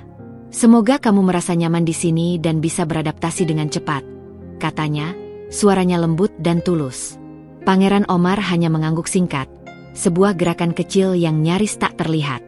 Tatapannya tidak berubah sama sekali, masih dingin dan penuh pertanyaan. Aku bisa merasakan ketidaksetujuan dan mungkin bahkan sedikit permusuhan darinya. Ini adalah konflik baru yang tak terhindarkan, penerimaanku di mata keluarga Sultan. Apakah mereka benar-benar menerimaku sebagai bagian dari keluarga mereka? Atau mereka menganggapku hanya sebagai wanita asing yang datang untuk menguasai harta ayah mereka yang sudah tua? Pertanyaan ini menghantui benakku, menciptakan kecemasan baru di tengah kemegahan yang menyelimutiku. "Fatima akan menunjukkan kamarmu, Aisyah," Syekh Mansur melanjutkan, seolah memahami kegugupanku dan ingin memberiku ruang. "Beristirahatlah. Kita akan makan malam bersama nanti di ruang makan pribadi." Aku bangkit, sedikit terhuyung karena kelelahan dan ketegangan, lalu mengikuti Fatima. Sebelum melangkah pergi meninggalkan ruangan yang megah itu, aku sempat menoleh kembali ke arah Syekh Mansur. Ia masih duduk di sana, menatapku dengan ekspresi yang sulit kubaca, seperti sebuah teka-teki. Apakah itu belas kasihan, penerimaan, atau hanya kelegaan karena tugas ini telah terlaksana sesuai rencananya? Aku tidak tahu. Yang jelas, pertemuan pertama ini telah menegaskan bahwa hidupku akan jauh lebih rumit dari yang kubayangkan. Aku tidak hanya menikah dengan seorang sultan, tetapi juga akan menjadi bagian dari sebuah keluarga yang kuat, dengan dinamika, rahasia, dan ekspektasi mereka sendiri. Tantangan sesungguhnya baru saja dimulai, dan aku harus berjuang untuk menemukan tempatku di sini. Fatima menuntunku menyusuri lorong-lorong megah istana. Setiap belokan membuka pemandangan baru yang membuatku terkesima sekaligus terintimidasi. Rasanya seperti berjalan menembus museum yang hidup, di mana setiap detailnya adalah sebuah karya seni. Ada koridor panjang dengan deretan potret keluarga bangsawan yang gagah, lukisan-lukisan berbingkai emas yang menampilkan wajah-wajah serius dengan sorban dan jubah tradisional. Ada ruang perpustakaan dengan rak-rak kayu jati gelap yang menjulang tinggi hingga langit-langit, penuh buku-buku berharga dengan sampul kulit yang kuno dan berbau kertas tua. Bahkan ada sebuah ruang musik dengan piano grand hitam yang berkilauan, diletakkan di tengah ruangan dengan jendela besar menghadap taman. Istana ini adalah labirin kemewahan, sebuah museum pribadi yang hidup, yang auranya terasa berat namun memukau. Aroma oud yang sudah mulai akrab denganku kini terus menguar, bercampur dengan wangi bunga-bungaan eksotis yang entah dari mana, menciptakan suasana yang mewah namun sekaligus terasa asing, mencekikku dengan keagungan yang berlebihan. Akhirnya, setelah berjalan beberapa saat, kami tiba di sebuah pintu ganda yang lebih sederhana dibanding pintu ruang utama, namun tetap tampak elegan dengan ukiran minimalis. "Ini adalah kamar Anda, Nona Aisyah," ujar Fatima sambil membukakan pintu dengan gerakan anggun. Mataku membelalak, napas tercekat. Kamar itu bukan sekadar kamar tidur, melainkan sebuah suite pribadi yang sangat luas, lengkap dengan ruang tamu mini yang dilengkapi sofa empuk dan meja kopi, kamar tidur utama yang megah, dan kamar mandi berukuran kamar kosku di Jakarta, bahkan mungkin lebih besar. Interiornya didominasi warna-warna lembut seperti krem, emas pucat, dan biru safir, memberikan kesan tenang namun mewah. Sentuhan kain sutra dan beludru terasa di setiap detail, dari gorden tebal hingga bantal-bantal. Tempat tidurnya berukuran sangat besar, dihiasi kanopi berumbai dan spray berbahan paling halus, yang terasa dingin dan lembut saat kusentuh. Sebuah balkon luas menghadap langsung ke taman istana yang indah di bawah, dengan pemandangan Riyadh yang berkelip di kejauhan, bagaikan taburan berlian di kegelapan malam. Ini terlalu besar," bisikku, masih tak percaya, suaraku nyaris tak terdengar. Aku merasa kecil dan tak berarti di tengah semua kemegahan ini. Fatima tersenyum lembut, seolah memahami keherananku. "Ini adalah tempat Anda. Sheikh Mansur ingin Anda merasa nyaman dan memiliki privasi di sini. Ada lemari pakaian besar yang sudah terisi beberapa abaya dan pakaian tradisional lain yang mungkin Anda butuhkan, serta pilihan pakaian santai yang sopan. Dan ini," ia menunjuk sebuah meja rias klasik dengan cias besar. "Ada perlengkapan pribadi dan perhiasan sederhana yang disiapkan untuk Anda." Perhiasan sederhana yang disebut Fatima itu, bagiku adalah kemewahan luar biasa yang tak pernah terpikirkan. Ada kalung emas tipis dengan liontin berlian kecil yang berkilauan, anting-anting mutiara yang bersinar lembut, dan beberapa gelang emas dengan ukiran halus. Semuanya tampak baru dan berkilauan di bawah cahaya lampu. Aku merasa seperti Cinderella yang tiba-tiba menemukan dirinya di pesta dansa termewah, namun tanpa sepatu kaca yang pas. Semua ini terasa seperti mimpi indah, namun di sisi lain, juga terasa seperti jebakan yang rumit. Jika Anda butuh sesuatu, jangan ragu memanggil saya atau pelayan lainnya yang berjaga di luar. Ada bel panggilan di samping tempat tidur, dan juga telepon internal, jelas Fatima, memberikan instruksi dengan detail. Anda bisa beristirahat sekarang. Makan malam akan disajikan pukul 8 malam di ruang makan keluarga. Fatima pun undur diri dengan membungkuk hormat, meninggalkan aku sendirian di dalam kamar megah itu. Pintu tertutup perlahan, dan keheningan yang pekat menyergap. Untuk pertama kalinya, aku bisa benar-benar merasakan kesendirian di tengah kemewahan yang berlebihan ini. Rasanya seperti diletakkan di dalam kotak permata yang indah, namun kosong dan dingin. Aku berjalan perlahan ke balkon, membuka pintu kacanya, dan menghirup udara malam yang hangat dan kering. Di bawah sana, taman istana tampak begitu luas dan sunyi, hanya diterangi lampu-lampu temaram yang menciptakan bayangan panjang. Jauh di kejauhan, lampu-lampu kota Riyadh berkelip seperti bintang-bintang di bumi, sebuah pemandangan yang memukau namun juga terasa sangat jauh. Aku mencoba mengirim pesan pada ibuku, memastikan ia sudah menerima transfer dana dan semuanya baik-baik saja. Balasannya cepat datang, penuh kelegaan dan doa. "Alhamdulillah, Nak, Ibu sudah melunasi utangnya. Rumah kita aman. Terima kasih banyak, Aisyah," tulisnya, diikuti emoji hati. Melihat pesan itu, ada gelombang kelegaan dan kepuasan yang aneh membanjiri hatiku. Setidaknya, pengorbananku ini punya tujuan yang jelas dan sudah tercapai. Ibu aman. Namun, di tengah semua itu, bayangan Pangeran Omar kembali mengusik, mengacaukan sedikit ketenanganku.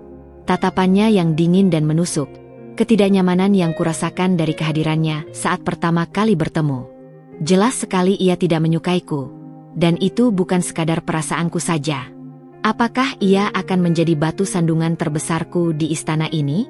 Apakah ia melihatku sebagai pengancam, seorang wanita asing yang tiba-tiba masuk ke dalam lingkaran keluarganya dan berpotensi mengambil alih sesuatu yang menjadi haknya?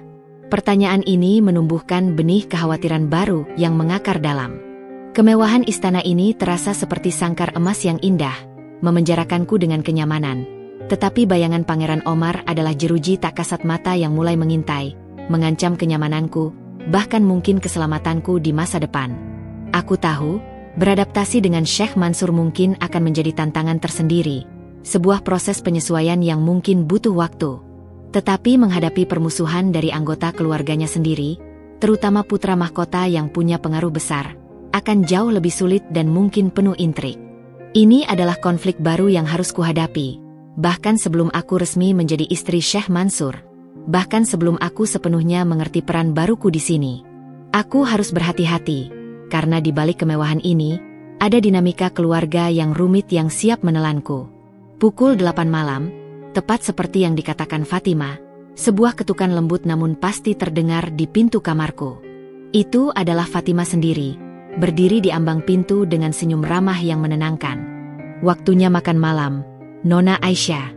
Mari saya antar ke ruang makan keluarga, ajaknya dengan suara lembut.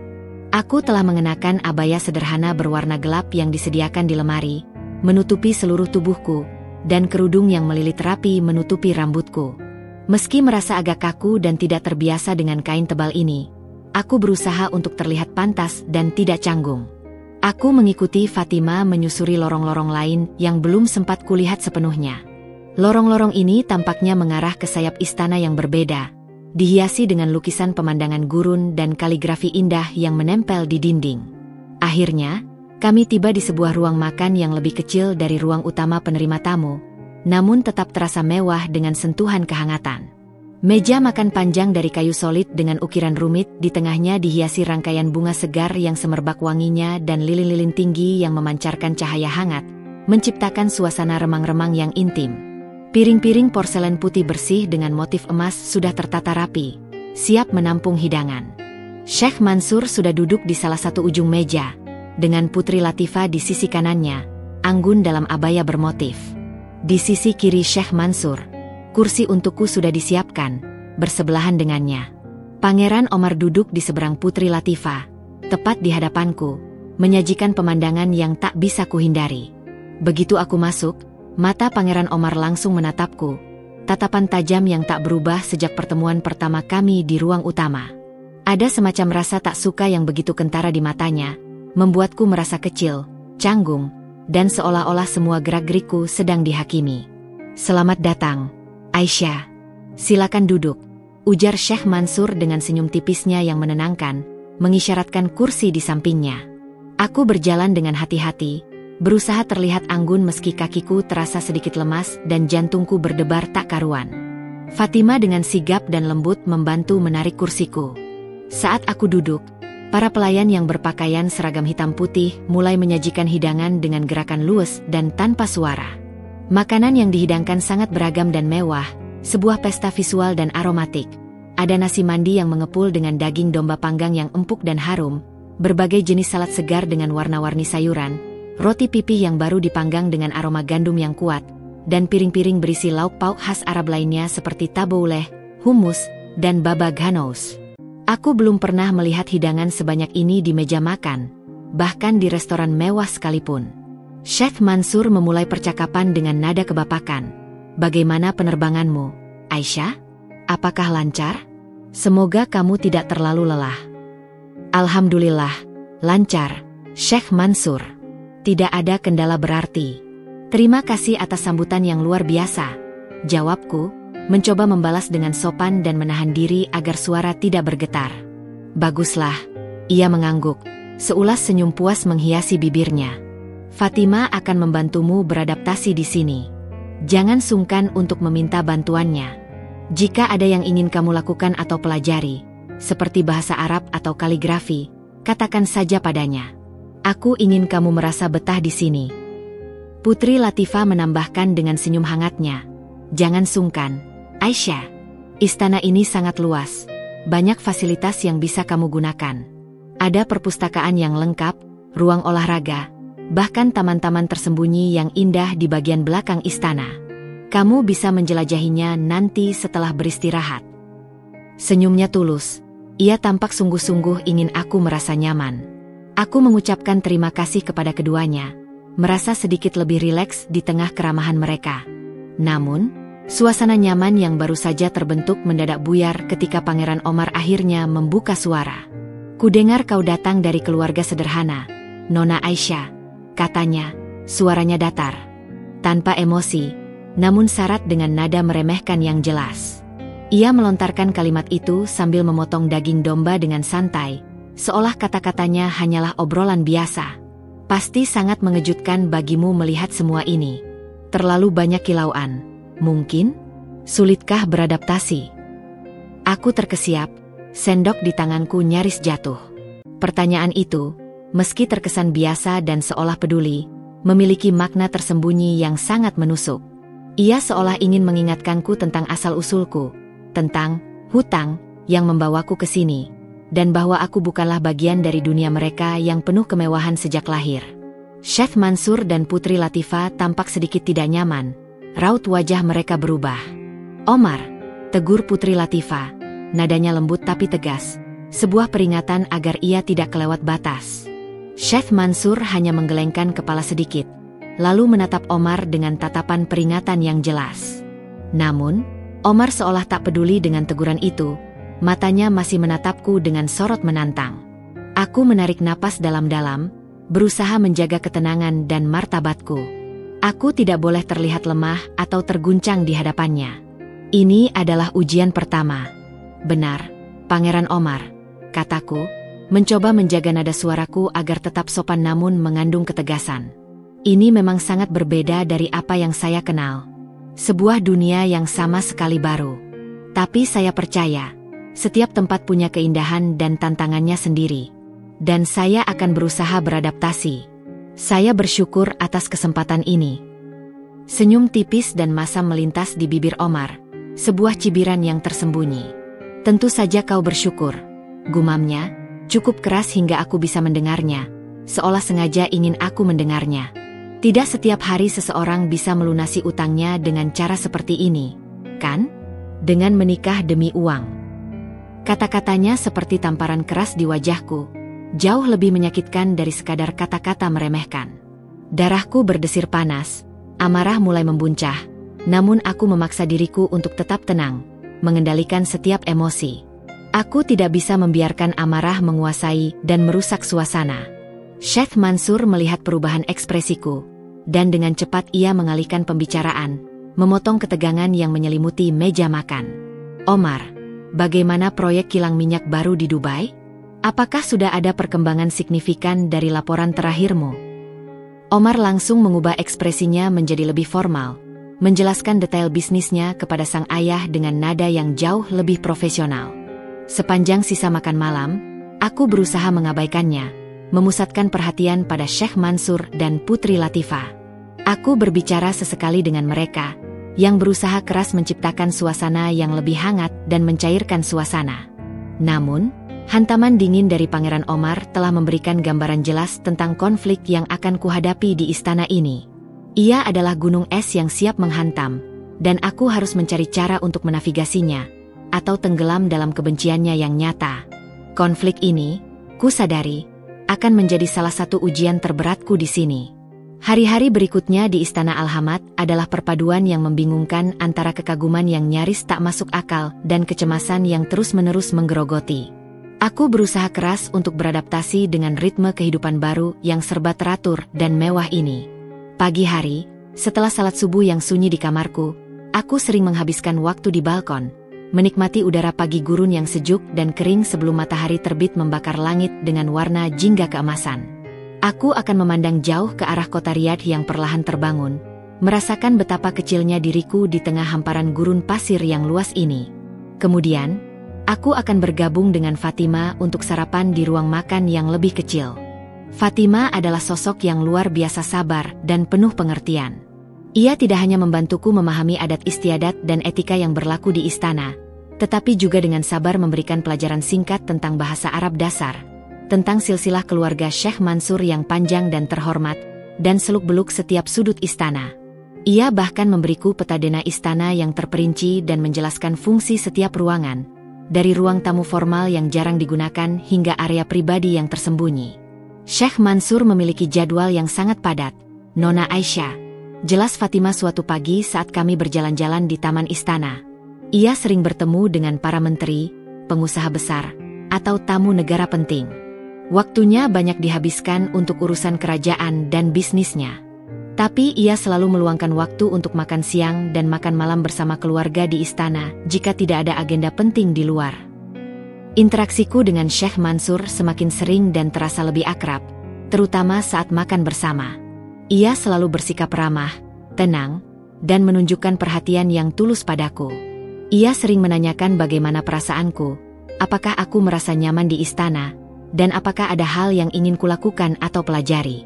Ia bercerita tentang sejarah negaranya yang kaya, tentang tradisi keluarganya yang dipegang teguh, dan terkadang, tentang almarhumah istrinya dengan nada yang penuh kerinduan namun juga keikhlasan.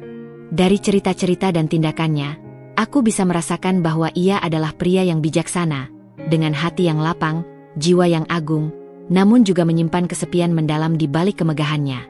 Aku mulai merasa sedikit lebih nyaman dan aman di dekatnya. Sebuah rasa hormat mulai tumbuh perlahan di hatiku. Ia adalah figur ayah yang protektif dan penyayang, bukan suami yang menuntut haknya.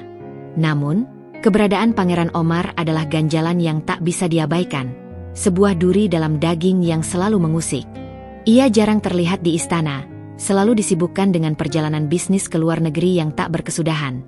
Tetapi setiap kali ia muncul di meja makan atau di lorong istana, suasana langsung berubah menjadi tegang, diselimuti aura permusuhan yang dingin.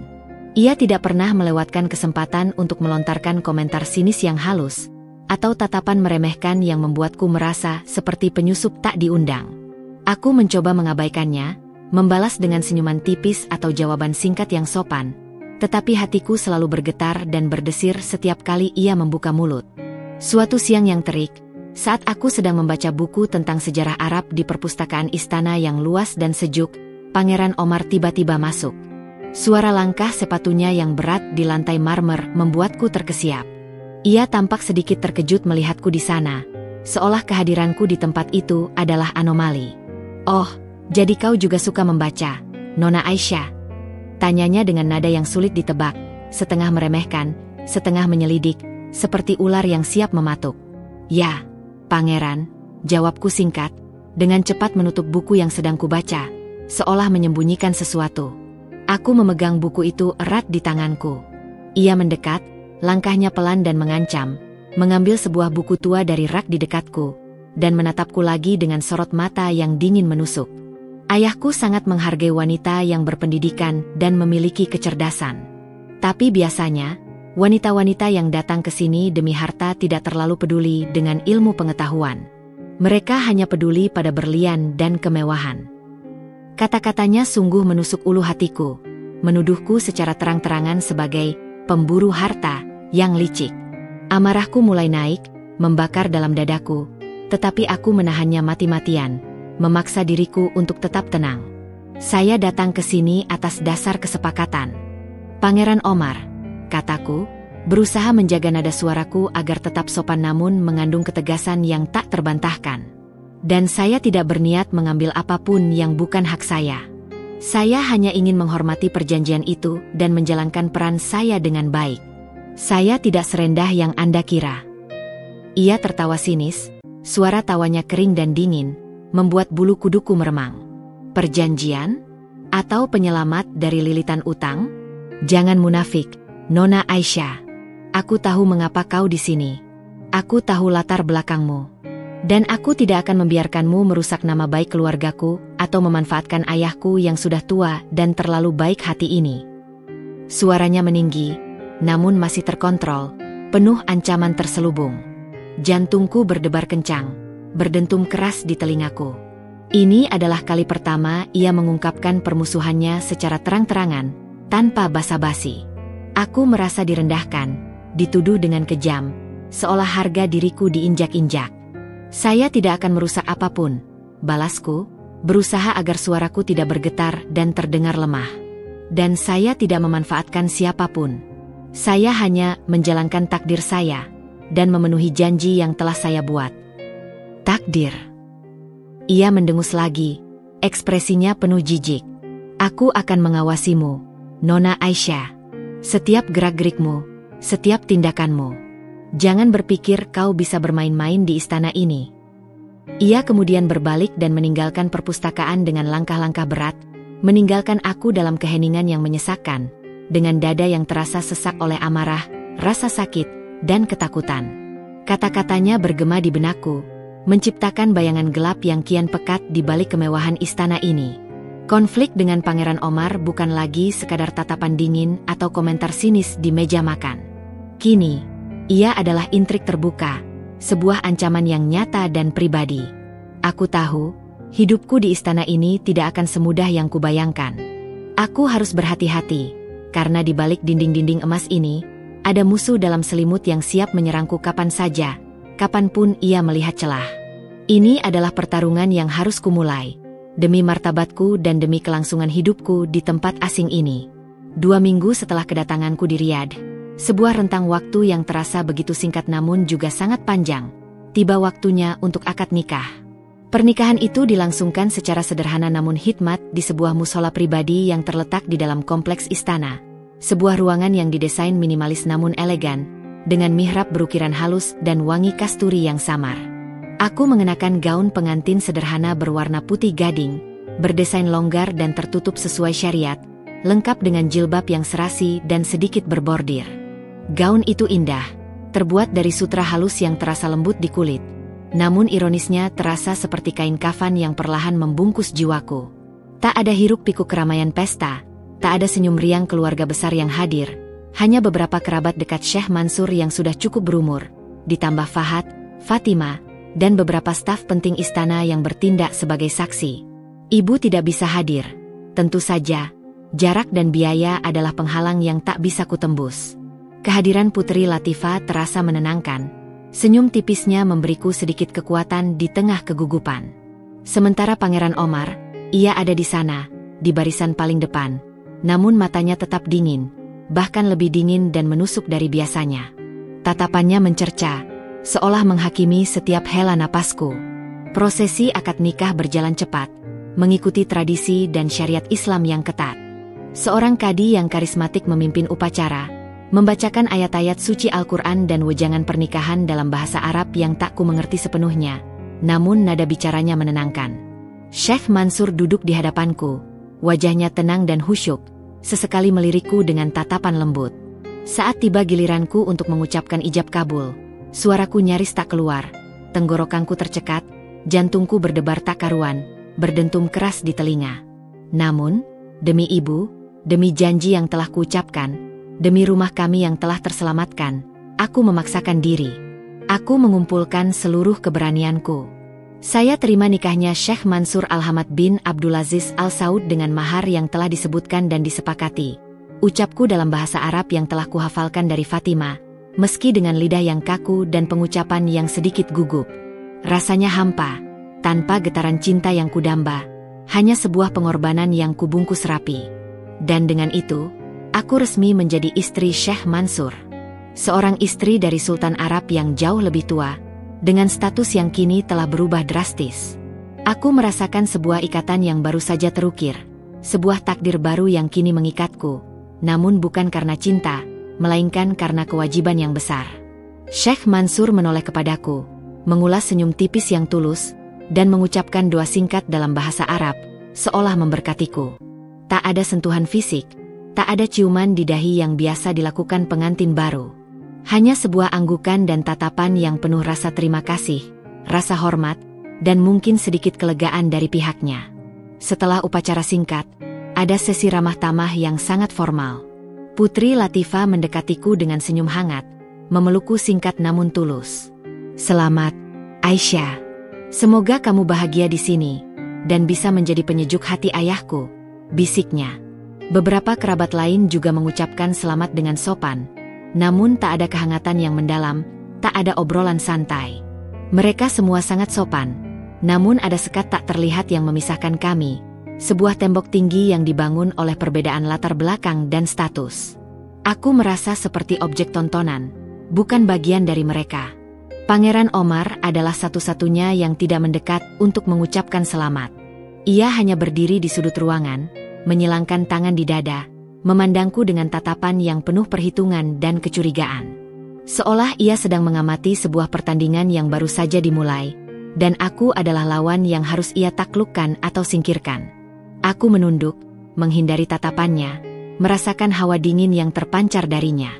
Aku tahu, ikatan pernikahan ini tidak akan mengakhiri konflik di antara kami, justru mungkin akan memperuncingnya, mengubahnya menjadi peperangan dingin di dalam istana. Malam harinya, setelah makan malam yang juga berlangsung formal dan sepi, aku kembali ke kamar. Fatima menemaniku sampai ke pintu kamarku yang luas. Syekh Mansur mungkin tidak akan datang ke kamarmu malam ini, Nona Aisyah. Beliau mengerti Anda butuh waktu untuk beradaptasi, dan beliau sangat menghargai privasi Anda, ujarnya lembut, seolah membaca pikiranku yang penuh kekhawatiran. Aku mengangguk, merasa sedikit lega. Setidaknya, tekanan untuk malam pertama ini tidak ada. Aku bisa bernapas lega.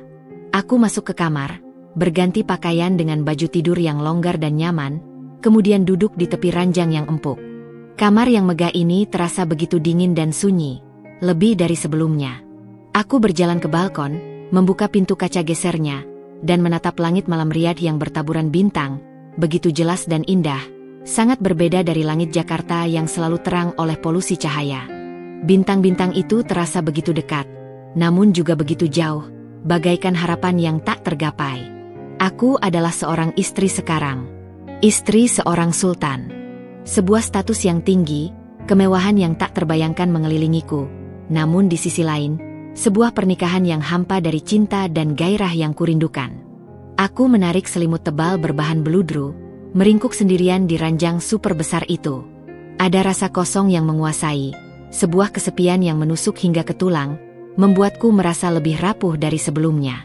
Aku telah menunaikan baktiku, ibuku aman. Tapi apakah aku akan menemukan kebahagiaan di istana ini?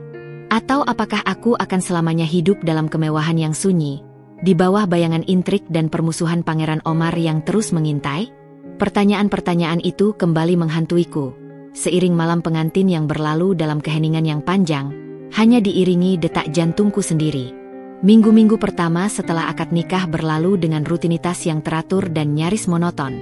Sebuah ironi di tengah kemewahan yang tak terbatas. Hidupku di istana memang penuh dengan kemewahan yang tak ada habisnya. Jauh melampaui apa yang pernah kubayangkan dalam mimpi terliarku. Setiap pagi, setelah salat subuh di kamarku dan menikmati teh hangat di balkon yang menghadap taman, Fatima akan datang. Ia menjadi bayanganku, membimbingku melalui setiap hari dengan kesabaran luar biasa. Ia membantuku memilih abaya yang akan kukenakan untuk hari itu, mengatur jadwal makan dan kegiatan, serta dengan setia menemaniku menjelajahi setiap sudut istana yang luas ini. Aku menemukan diriku menghabiskan banyak waktu di perpustakaan istana. Ruangan itu menjadi pelarianku, tempat aku bisa merasa sedikit normal, sedikit menjadi diriku yang dulu. Rak-rak kayu jati gelap menjulang tinggi hingga langit-langit, penuh dengan buku-buku berharga dari berbagai disiplin ilmu, sejarah Arab yang kaya, kebudayaan Islam yang mendalam, sastra dunia, hingga beberapa novel klasik dalam berbagai bahasa. Perpustakaan ini begitu lengkap, seperti memiliki perpustakaan nasional pribadi. Terkadang, aku juga mencoba belajar kaligrafi Arab dengan panduan buku-buku tua yang ditemukan Fatima, menggambar huruf-huruf indah yang terasa begitu asing namun memukau. Aktivitas ini memberiku sedikit ketenangan di tengah gejolak batinku, sebuah oase di padang gurun emosional. Interaksiku dengan Syekh Mansur terus berlanjut dan perlahan semakin intens. Kami sering makan siang dan makan malam bersama di ruang makan keluarga. Hanya kami bertiga atau berempat jika Putri Latifah juga hadir. Ia selalu bersikap sopan, lembut, dan penuh perhatian, tidak pernah ada tuntutan atau paksaan. Ia tidak pernah menuntut apapun dariku. Tidak ada harapan yang membebani atau membuatku merasa tertekan. Ia lebih seperti seorang kakek yang ingin ditemani di hari tuanya, berbagi cerita dan kehangatan. Ia bercerita tentang masa mudanya yang penuh perjuangan, tentang bagaimana ia membangun bisnisnya dari nol, tentang sejarah negaranya, tentang tradisi keluarganya yang dipegang teguh, dan terkadang, tentang almarhumah istrinya dengan nada yang penuh kerinduan namun juga keikhlasan. Perlahan, rasa hormatku kepadanya semakin dalam.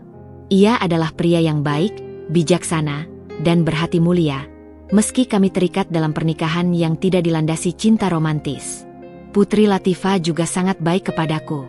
Ia sering mengajakku minum teh sore di tamannya yang asri, bercerita tentang kegiatan amalnya yang luas, atau sekadar berbagi cerita tentang kehidupannya dan anak-anaknya yang sudah besar. Ia adalah sosok wanita yang kuat dan mandiri, namun juga penyayang dan penuh empati. Kehadirannya memberiku kenyamanan, seolah ia adalah kakak perempuan yang tak pernah kumiliki, sebuah jangkar di tengah badai. Namun, bayangan Pangeran Omar tetap menjadi duri dalam daging, sebuah awan hitam yang selalu menggantung di atas istana. Ia memang jarang terlihat, seringkali bepergian untuk urusan bisnis ke berbagai negara, tetapi kehadirannya selalu terasa mengancam dan membuat suasana menjadi dingin dan tegang. Ia tidak pernah lagi melontarkan komentar sinis terang-terangan setelah insiden di perpustakaan, mungkin karena teguran dari Syekh Mansur. Namun, ia tidak pernah berhenti mengawasiku. Aku bisa merasakan tatapannya dari seberang meja makan, tatapan yang begitu dingin dan penuh perhitungan, atau saat berpapasan di koridor yang luas. Tatapan itu adalah sebuah penyelidikan terselubung, mencoba membaca setiap gerak-gerikku, mencari celah, mencari bukti bahwa aku tidak pantas berada di sana, bahwa aku adalah seorang penipu.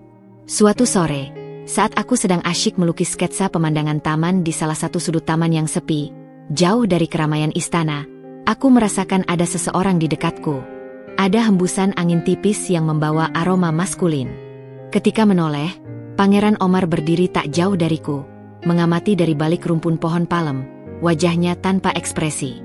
Ia tidak mengatakan apa-apa, hanya berdiri di sana dengan tenang, menatapku, lalu melirik ke arah buku sketsaku yang terbuka, di mana sebuah gambar bunga kaktus yang mekar mulai terbentuk. Aku merasakan pipiku memanas, dan tanganku sedikit gemetar. Aku tidak tahu apakah ia melihat bakatku atau hanya melihatnya sebagai hobi yang tak berarti, buang-buang waktu. Setelah beberapa saat yang terasa seperti keabadian, ia berbalik dan pergi begitu saja, langkahnya tanpa suara, meninggalkan aku dengan perasaan tidak nyaman dan pertanyaan yang mendalam. Aku mulai menyadari bahwa kemewahan istana ini adalah sangkar emas yang indah, yang menawarkan segala sesuatu kecuali kebebasan sejati, dan Pangeran Omar adalah penjaga yang tak kasat mata, selalu mengintai. Aku tidak hanya harus beradaptasi dengan budaya dan lingkungan baru yang sangat berbeda, tetapi juga harus menghadapi intrik tak terucap dari seseorang yang jelas-jelas tidak menginginkanku di sini. Seseorang yang mungkin melihatku sebagai ancaman serius bagi posisinya. Hidupku di istana ini adalah sebuah permainan catur yang rumit, dan aku harus belajar melangkah dengan hati-hati, memahami setiap gerakan lawanku, agar tidak menjadi pion yang dikorbankan dalam permainan kekuasaan ini. Aku harus mencari cara untuk bertahan, menemukan pijakan, dan mungkin, suatu hari nanti, membuktikan nilaiku di luar statusku sebagai pengantin bayaran. Beberapa minggu berlalu dengan rutinitas yang sama, diwarnai kehangatan Syekh Mansur dan Putri Latifah, serta bayangan dingin Pangeran Omar. Suatu pagi, Syekh Mansur memintaku menemuinya di ruang kerjanya, sebuah ruangan yang jarang kukunjungi. Aroma buku-buku lama dan kopi Arab yang pekat menyambutku. Ia duduk di balik meja kayu besar, tersenyum tipis. "Aisyah, saya ingin mengajakmu pergi," ujarnya. "Ada urusan bisnis di daerah Al-Ula, sebuah situs bersejarah di tengah gurun.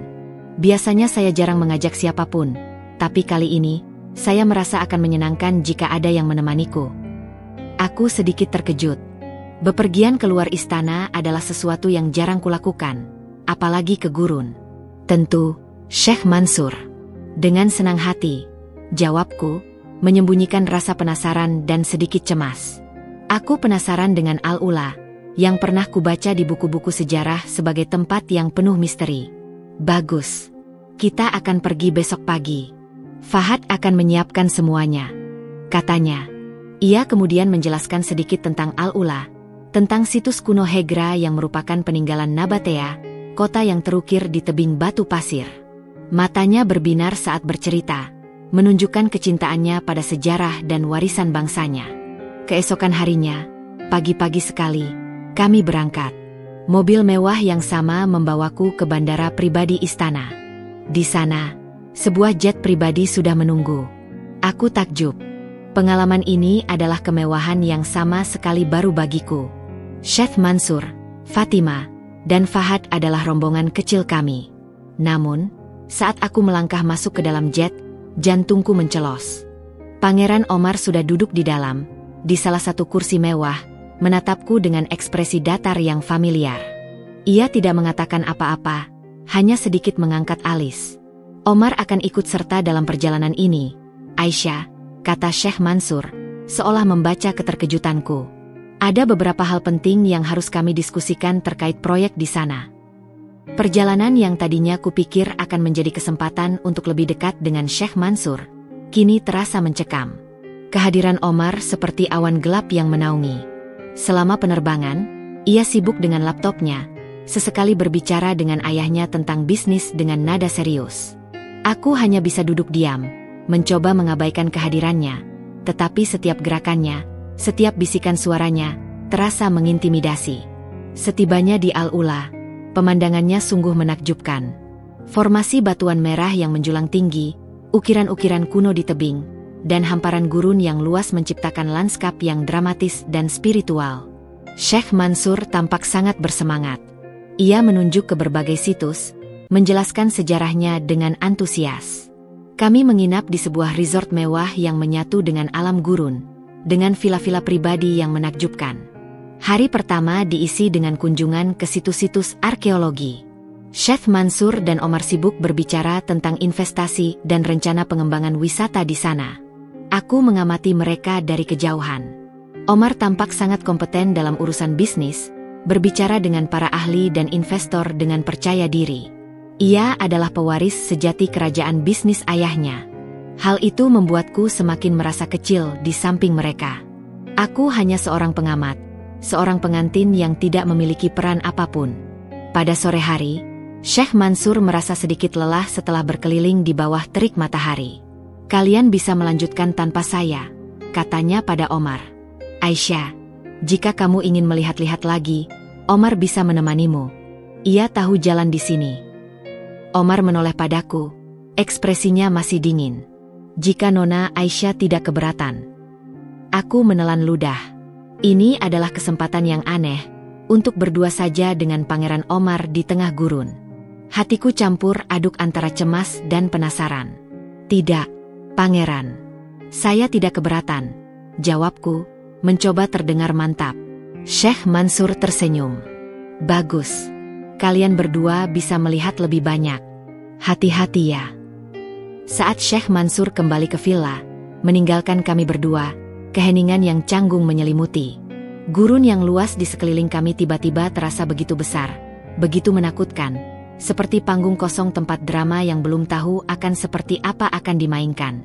Aku tahu, momen ini, di tengah keheningan gurun yang abadi, bisa menjadi kesempatan untuk memahami Pangeran Omar lebih dalam, atau justru menjadi titik balik yang memperburuk keadaan. Keheningan yang canggung menyelimuti kami berdua di tengah lanskap Al-Ula yang memukau. Pangeran Omar berjalan di depanku, langkahnya mantap dan percaya diri di atas pasir merah. Aku mengikutinya beberapa langkah di belakang, mencoba mengamati sekeliling dan juga dirinya tanpa terlihat terlalu mencolok. Gurun di sini sangat berbeda dengan gambaran yang selalu ada di pikiranku. Bukan hanya hamparan pasir datar, tetapi formasi batuan raksasa dengan warna coklat kemerahan yang menjulang tinggi seperti patung-patung raksasa yang diukir alam. Angin berdesir pelan, membawa butiran pasir halus dan keheningan abadi. "Apa yang ingin kau lihat?" Suara Omar memecah kesunyian, datar namun tidak lagi setajam biasanya. Ia berhenti di depan sebuah tebing dengan ukiran-ukiran kuno yang rumit. Aku hanya ingin melihat-lihat. Tempat ini sangat indah," jawabku, merasa sedikit canggung. "Aku belum pernah melihat formasi batuan seperti ini." Ia melirik ke arahku, lalu kembali menatap ukiran di tebing. "Ini adalah peninggalan Nabatea, peradaban kuno yang pernah berkuasa di sini. Mereka mengukir rumah dan makam di dalam batu. Ini Hegra, situs arkeologi terbesar mereka." Ia menjelaskan detail tentang ukiran itu, tentang sejarah perdagangan rempah-rempah, dan bagaimana peradaban itu berkembang di tengah gurun. Nada bicaranya berubah. Ada antusiasme yang samar, sebuah sisi lain dari Pangeran Omar yang belum pernah kulihat. Ia tampak berpengetahuan luas, bukan hanya tentang bisnis, tetapi juga sejarah dan kebudayaan bangsanya. Aku mendengarkan dengan saksama, sesekali mengajukan pertanyaan. Untuk sesaat, ketegangan di antara kami mencair, digantikan oleh percakapan tentang masa lalu yang megah. "Kau melukis sketsa, kan?" tanyanya tiba-tiba, menoleh kepadaku. "Di taman istana waktu itu." Jantungku sedikit terlonjak. Jadi ia memang mengamatiku. "Iya, pangeran. Hanya hobi," jawabku. "Bukan sekadar hobi. Aku melihat sketsamu. Cukup bagus," katanya. Suaranya kembali datar, namun ada nada pengakuan yang mengejutkanku. "Ayahku juga punya bakat seni. Dia senang melukis kaligrafi." Kata-katanya membuatku sedikit terkejut. Sebuah pujian? Dari Pangeran Omar? Itu terasa sangat tidak terduga. Ini adalah momen langka di mana ia tidak melontarkan sindiran atau tuduhan. Kami melanjutkan perjalanan, menyusuri celah-celah tebing yang sempit, lalu naik ke sebuah bukit kecil untuk mendapatkan pemandangan yang lebih luas. Matahari mulai condong ke barat, memancarkan cahaya keemasan yang membuat formasi batuan terlihat semakin dramatis. "Kenapa kau setuju untuk datang ke sini, Nona Aisyah?" tanyanya lagi, kali ini dengan nada yang lebih serius. Matanya menatap langsung ke arah gurun yang terhampar luas. "Bukan karena utang ibu, kan? Pasti ada alasan lain." Pertanyaan itu terasa seperti jebakan, namun juga sebuah kesempatan. Aku menarik napas dalam-dalam. "Ada banyak alasan, Pangeran," kataku, berusaha jujur namun tetap hati-hati. "Utang ibu adalah alasan utama yang tidak bisa saya sangkal. Itu adalah beban yang sangat besar bagi keluarga saya. Tapi juga, saya ingin mencoba hal baru. Mungkin terdengar bodoh, tapi saya merasa ini adalah takdir yang harus saya jalani. Dan, Syekh Mansur adalah pria yang baik. Ia memperlakukan saya dengan hormat." Ia terdiam sejenak, menatapku lurus. Kali ini, tidak ada kecurigaan di matanya, hanya sebuah evaluasi yang mendalam. "Aku tahu ayahku orang baik. Dia terlalu baik hati, kadang-kadang. Itu sebabnya aku harus berhati-hati dengan orang-orang di sekitarnya." Ada nada protektif dalam suaranya, sebuah loyalitas yang tak terbantahkan terhadap ayahnya. Aku tidak ingin melihatnya dimanfaatkan. "Saya mengerti," kataku lembut. "Saya tidak akan pernah memanfaatkan Syekh Mansur. Kehormatan keluarga Anda adalah hal yang sangat saya hormati." Ia tidak menjawab. Kami berdiri di sana beberapa saat, menikmati pemandangan senja gurun yang memukau. Untuk pertama kalinya, di tengah gurun yang sunyi, aku merasakan seulas kedamaian yang aneh di samping Pangeran Omar. Ketegangan di antara kami belum sepenuhnya hilang, tetapi ada jeda, sebuah retakan kecil di dinding permusuhan yang ia bangun. Aku menyadari, ia bukan hanya pria yang dingin dan mencurigakan, tetapi juga seorang putra yang sangat melindungi ayahnya. Mungkin, di balik intrik dan ketajamannya, ada sisi lain yang bisa kupahami, dan mungkin, suatu hari nanti, bisa kuterima. Setelah percakapan di Gurun Al-Ula, ada perubahan halus dalam interaksiku dengan Pangeran Omar. Ia tidak lagi sepenuhnya dingin atau mencurigakan. Sesekali, ia bahkan melontarkan pertanyaan tentang kehidupanku di Jakarta, atau tentang buku-buku yang kubaca. Aku tahu, dinding di antara kami belum roboh, tetapi setidaknya, ada retakan kecil yang memungkinkan kami melihat sedikit sisi lain satu sama lain. Kunjungan ke Al-Ula berakhir 2 hari kemudian. Kami kembali ke istana dengan jet pribadi yang sama. Begitu tiba, kemewahan istana kembali menyambutku, dan bersamaan dengan itu, rasa kesendirian yang familiar juga ikut hadir. Syekh Mansur kembali sibuk dengan urusan-urusannya, dan Pangeran Omar pun segera berangkat lagi untuk perjalanan bisnis lainnya. Putri Latifah tetap menjadi teman bicara yang menyenangkan. Meski ada sedikit pengertian yang tumbuh dengan Omar, aku tahu ini hanyalah jeda. Intrik dan dinamika keluarga yang rumit masih ada di sana, menunggu di balik setiap sudut istana. Aku masih seorang asing yang mencari tempat, dan masa depanku di sangkar emas ini masih penuh dengan ketidakpastian. Kembali ke rutinitas istana setelah perjalanan singkat ke Al-Ula terasa aneh. Ada semacam jeda. Sebuah embusan napas lega yang kurasakan setelah percakapan tak terduga dengan Pangeran Omar di gurun. Sedikitnya, aku kini tahu bahwa di balik tatapan dinginnya, ada seorang anak laki-laki yang sangat protektif terhadap ayahnya, seorang pewaris yang menjaga kerajaannya. Pengetahuan ini tidak menghilangkan kecemasan, tetapi mengubah bentuknya. Bukan lagi ketakutan akan hal yang tidak diketahui, melainkan sebuah persiapan untuk menghadapi badai yang akan datang. Hari-hariku kembali diisi dengan keheningan mewah. Aku melanjutkan pelajaran bahasa Arabku dengan Fatima, yang semakin sabar mengajariku seluk-beluk tata bahasa dan percakapan. Aku juga menghabiskan lebih banyak waktu di perpustakaan, bukan hanya membaca, tetapi juga mencoba menulis, menuangkan pikiranku dalam sebuah jurnal yang kusembunyikan. Kata-kata menjadi pelarianku, cara untuk memproses semua perubahan drastis dalam hidupku. Syekh Mansur tetap menunjukkan kebaikan dan perhatiannya. Ia sering meminta pendapatku tentang hal-hal sepele, membuatku merasa dihargai, meskipun dalam skala kecil. Putri Latifah terus menjadi teman yang menenangkan, sering datang ke kamarku untuk sekadar berbincang atau mengajakku minum teh. Namun, di tengah ketenangan yang relatif ini, ada ketegangan yang mengendap. Omar tidak ada di istana. Ia kembali bepergian, sibuk dengan urusan bisnisnya di luar negeri. Namun, ketidakhadirannya justru membuatku lebih waspada. Aku tahu, ini hanyalah ketenangan sebelum badai. Kata-kata terakhirnya di perpustakaan. Aku akan mengawasimu, Nona Aisyah. Setiap gerak-gerikmu terus terngiang di telingaku. Aku mulai memperhatikan hal-hal kecil. Pandangan aneh dari beberapa pelayan baru yang lebih muda, bisikan samar yang berhenti saat aku lewat, atau bahkan cara Fahad yang terkadang terlihat sedikit lebih tegang saat Omar menelepon dari jauh. Apakah ini hanya perasaanku? Ataukah ada sesuatu yang sedang disiapkan oleh Pangeran Omar? Apakah ia sedang mengumpulkan informasi, mencari kelemahan, atau menunggu waktu yang tepat untuk bertindak? Aku tidak bisa tidak merasa gelisah.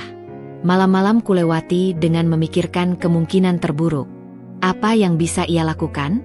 Apakah ia akan mencoba memisahkanku dari Syekh Mansur? Mengusirku dari istana? Atau lebih buruk lagi, mengungkap aibku kepada Syekh Mansur atau publik? Aku tahu, di dunia bangsawan, reputasi adalah segalanya. Dan aku, seorang wanita asing dari keluarga biasa dengan masa lalu yang bermasalah, di mata mereka, adalah target empuk. Suatu sore, saat aku sedang bersantai di taman, Fatima mendekatiku dengan wajah sedikit cemas. Nona Aisyah, saya hanya ingin mengingatkan, di istana ini, ada banyak mata dan telinga. Berhati-hatilah dengan apa yang Anda katakan atau lakukan. Tidak semua orang memiliki hati yang selembut Syekh Mansur atau Putri Latifah. Peringatan itu, meskipun tidak langsung merujuk pada Omar, terasa seperti konfirmasi atas ketakutanku. Aku mengangguk, mengucapkan terima kasih pada Fatima. Aku tahu ia mencoba melindungiku, memperingatkan aku tanpa menyebut nama. Malam itu, aku duduk di balkon kamarku, menatap langit yang dipenuhi bintang. Udara gurun terasa dingin. Aku sudah menikah, ibuku aman, aku dikelilingi kemewahan. Namun, alih-alih kedamaian, yang kurasakan hanyalah sebuah ketegangan yang meningkat. Badai belum datang, tapi aku bisa merasakannya di udara, tekanan yang menumpuk, siap meledak kapan saja. Konflik dengan Pangeran Omar hanyalah permulaan. Aku harus kuat. Aku harus cerdik. Karena ini bukan lagi hanya tentang bertahan hidup, tapi tentang menemukan cara untuk tidak tenggelam dalam lautan intrik yang mengintai di balik dinding-dinding emas Istana Al-Hamad.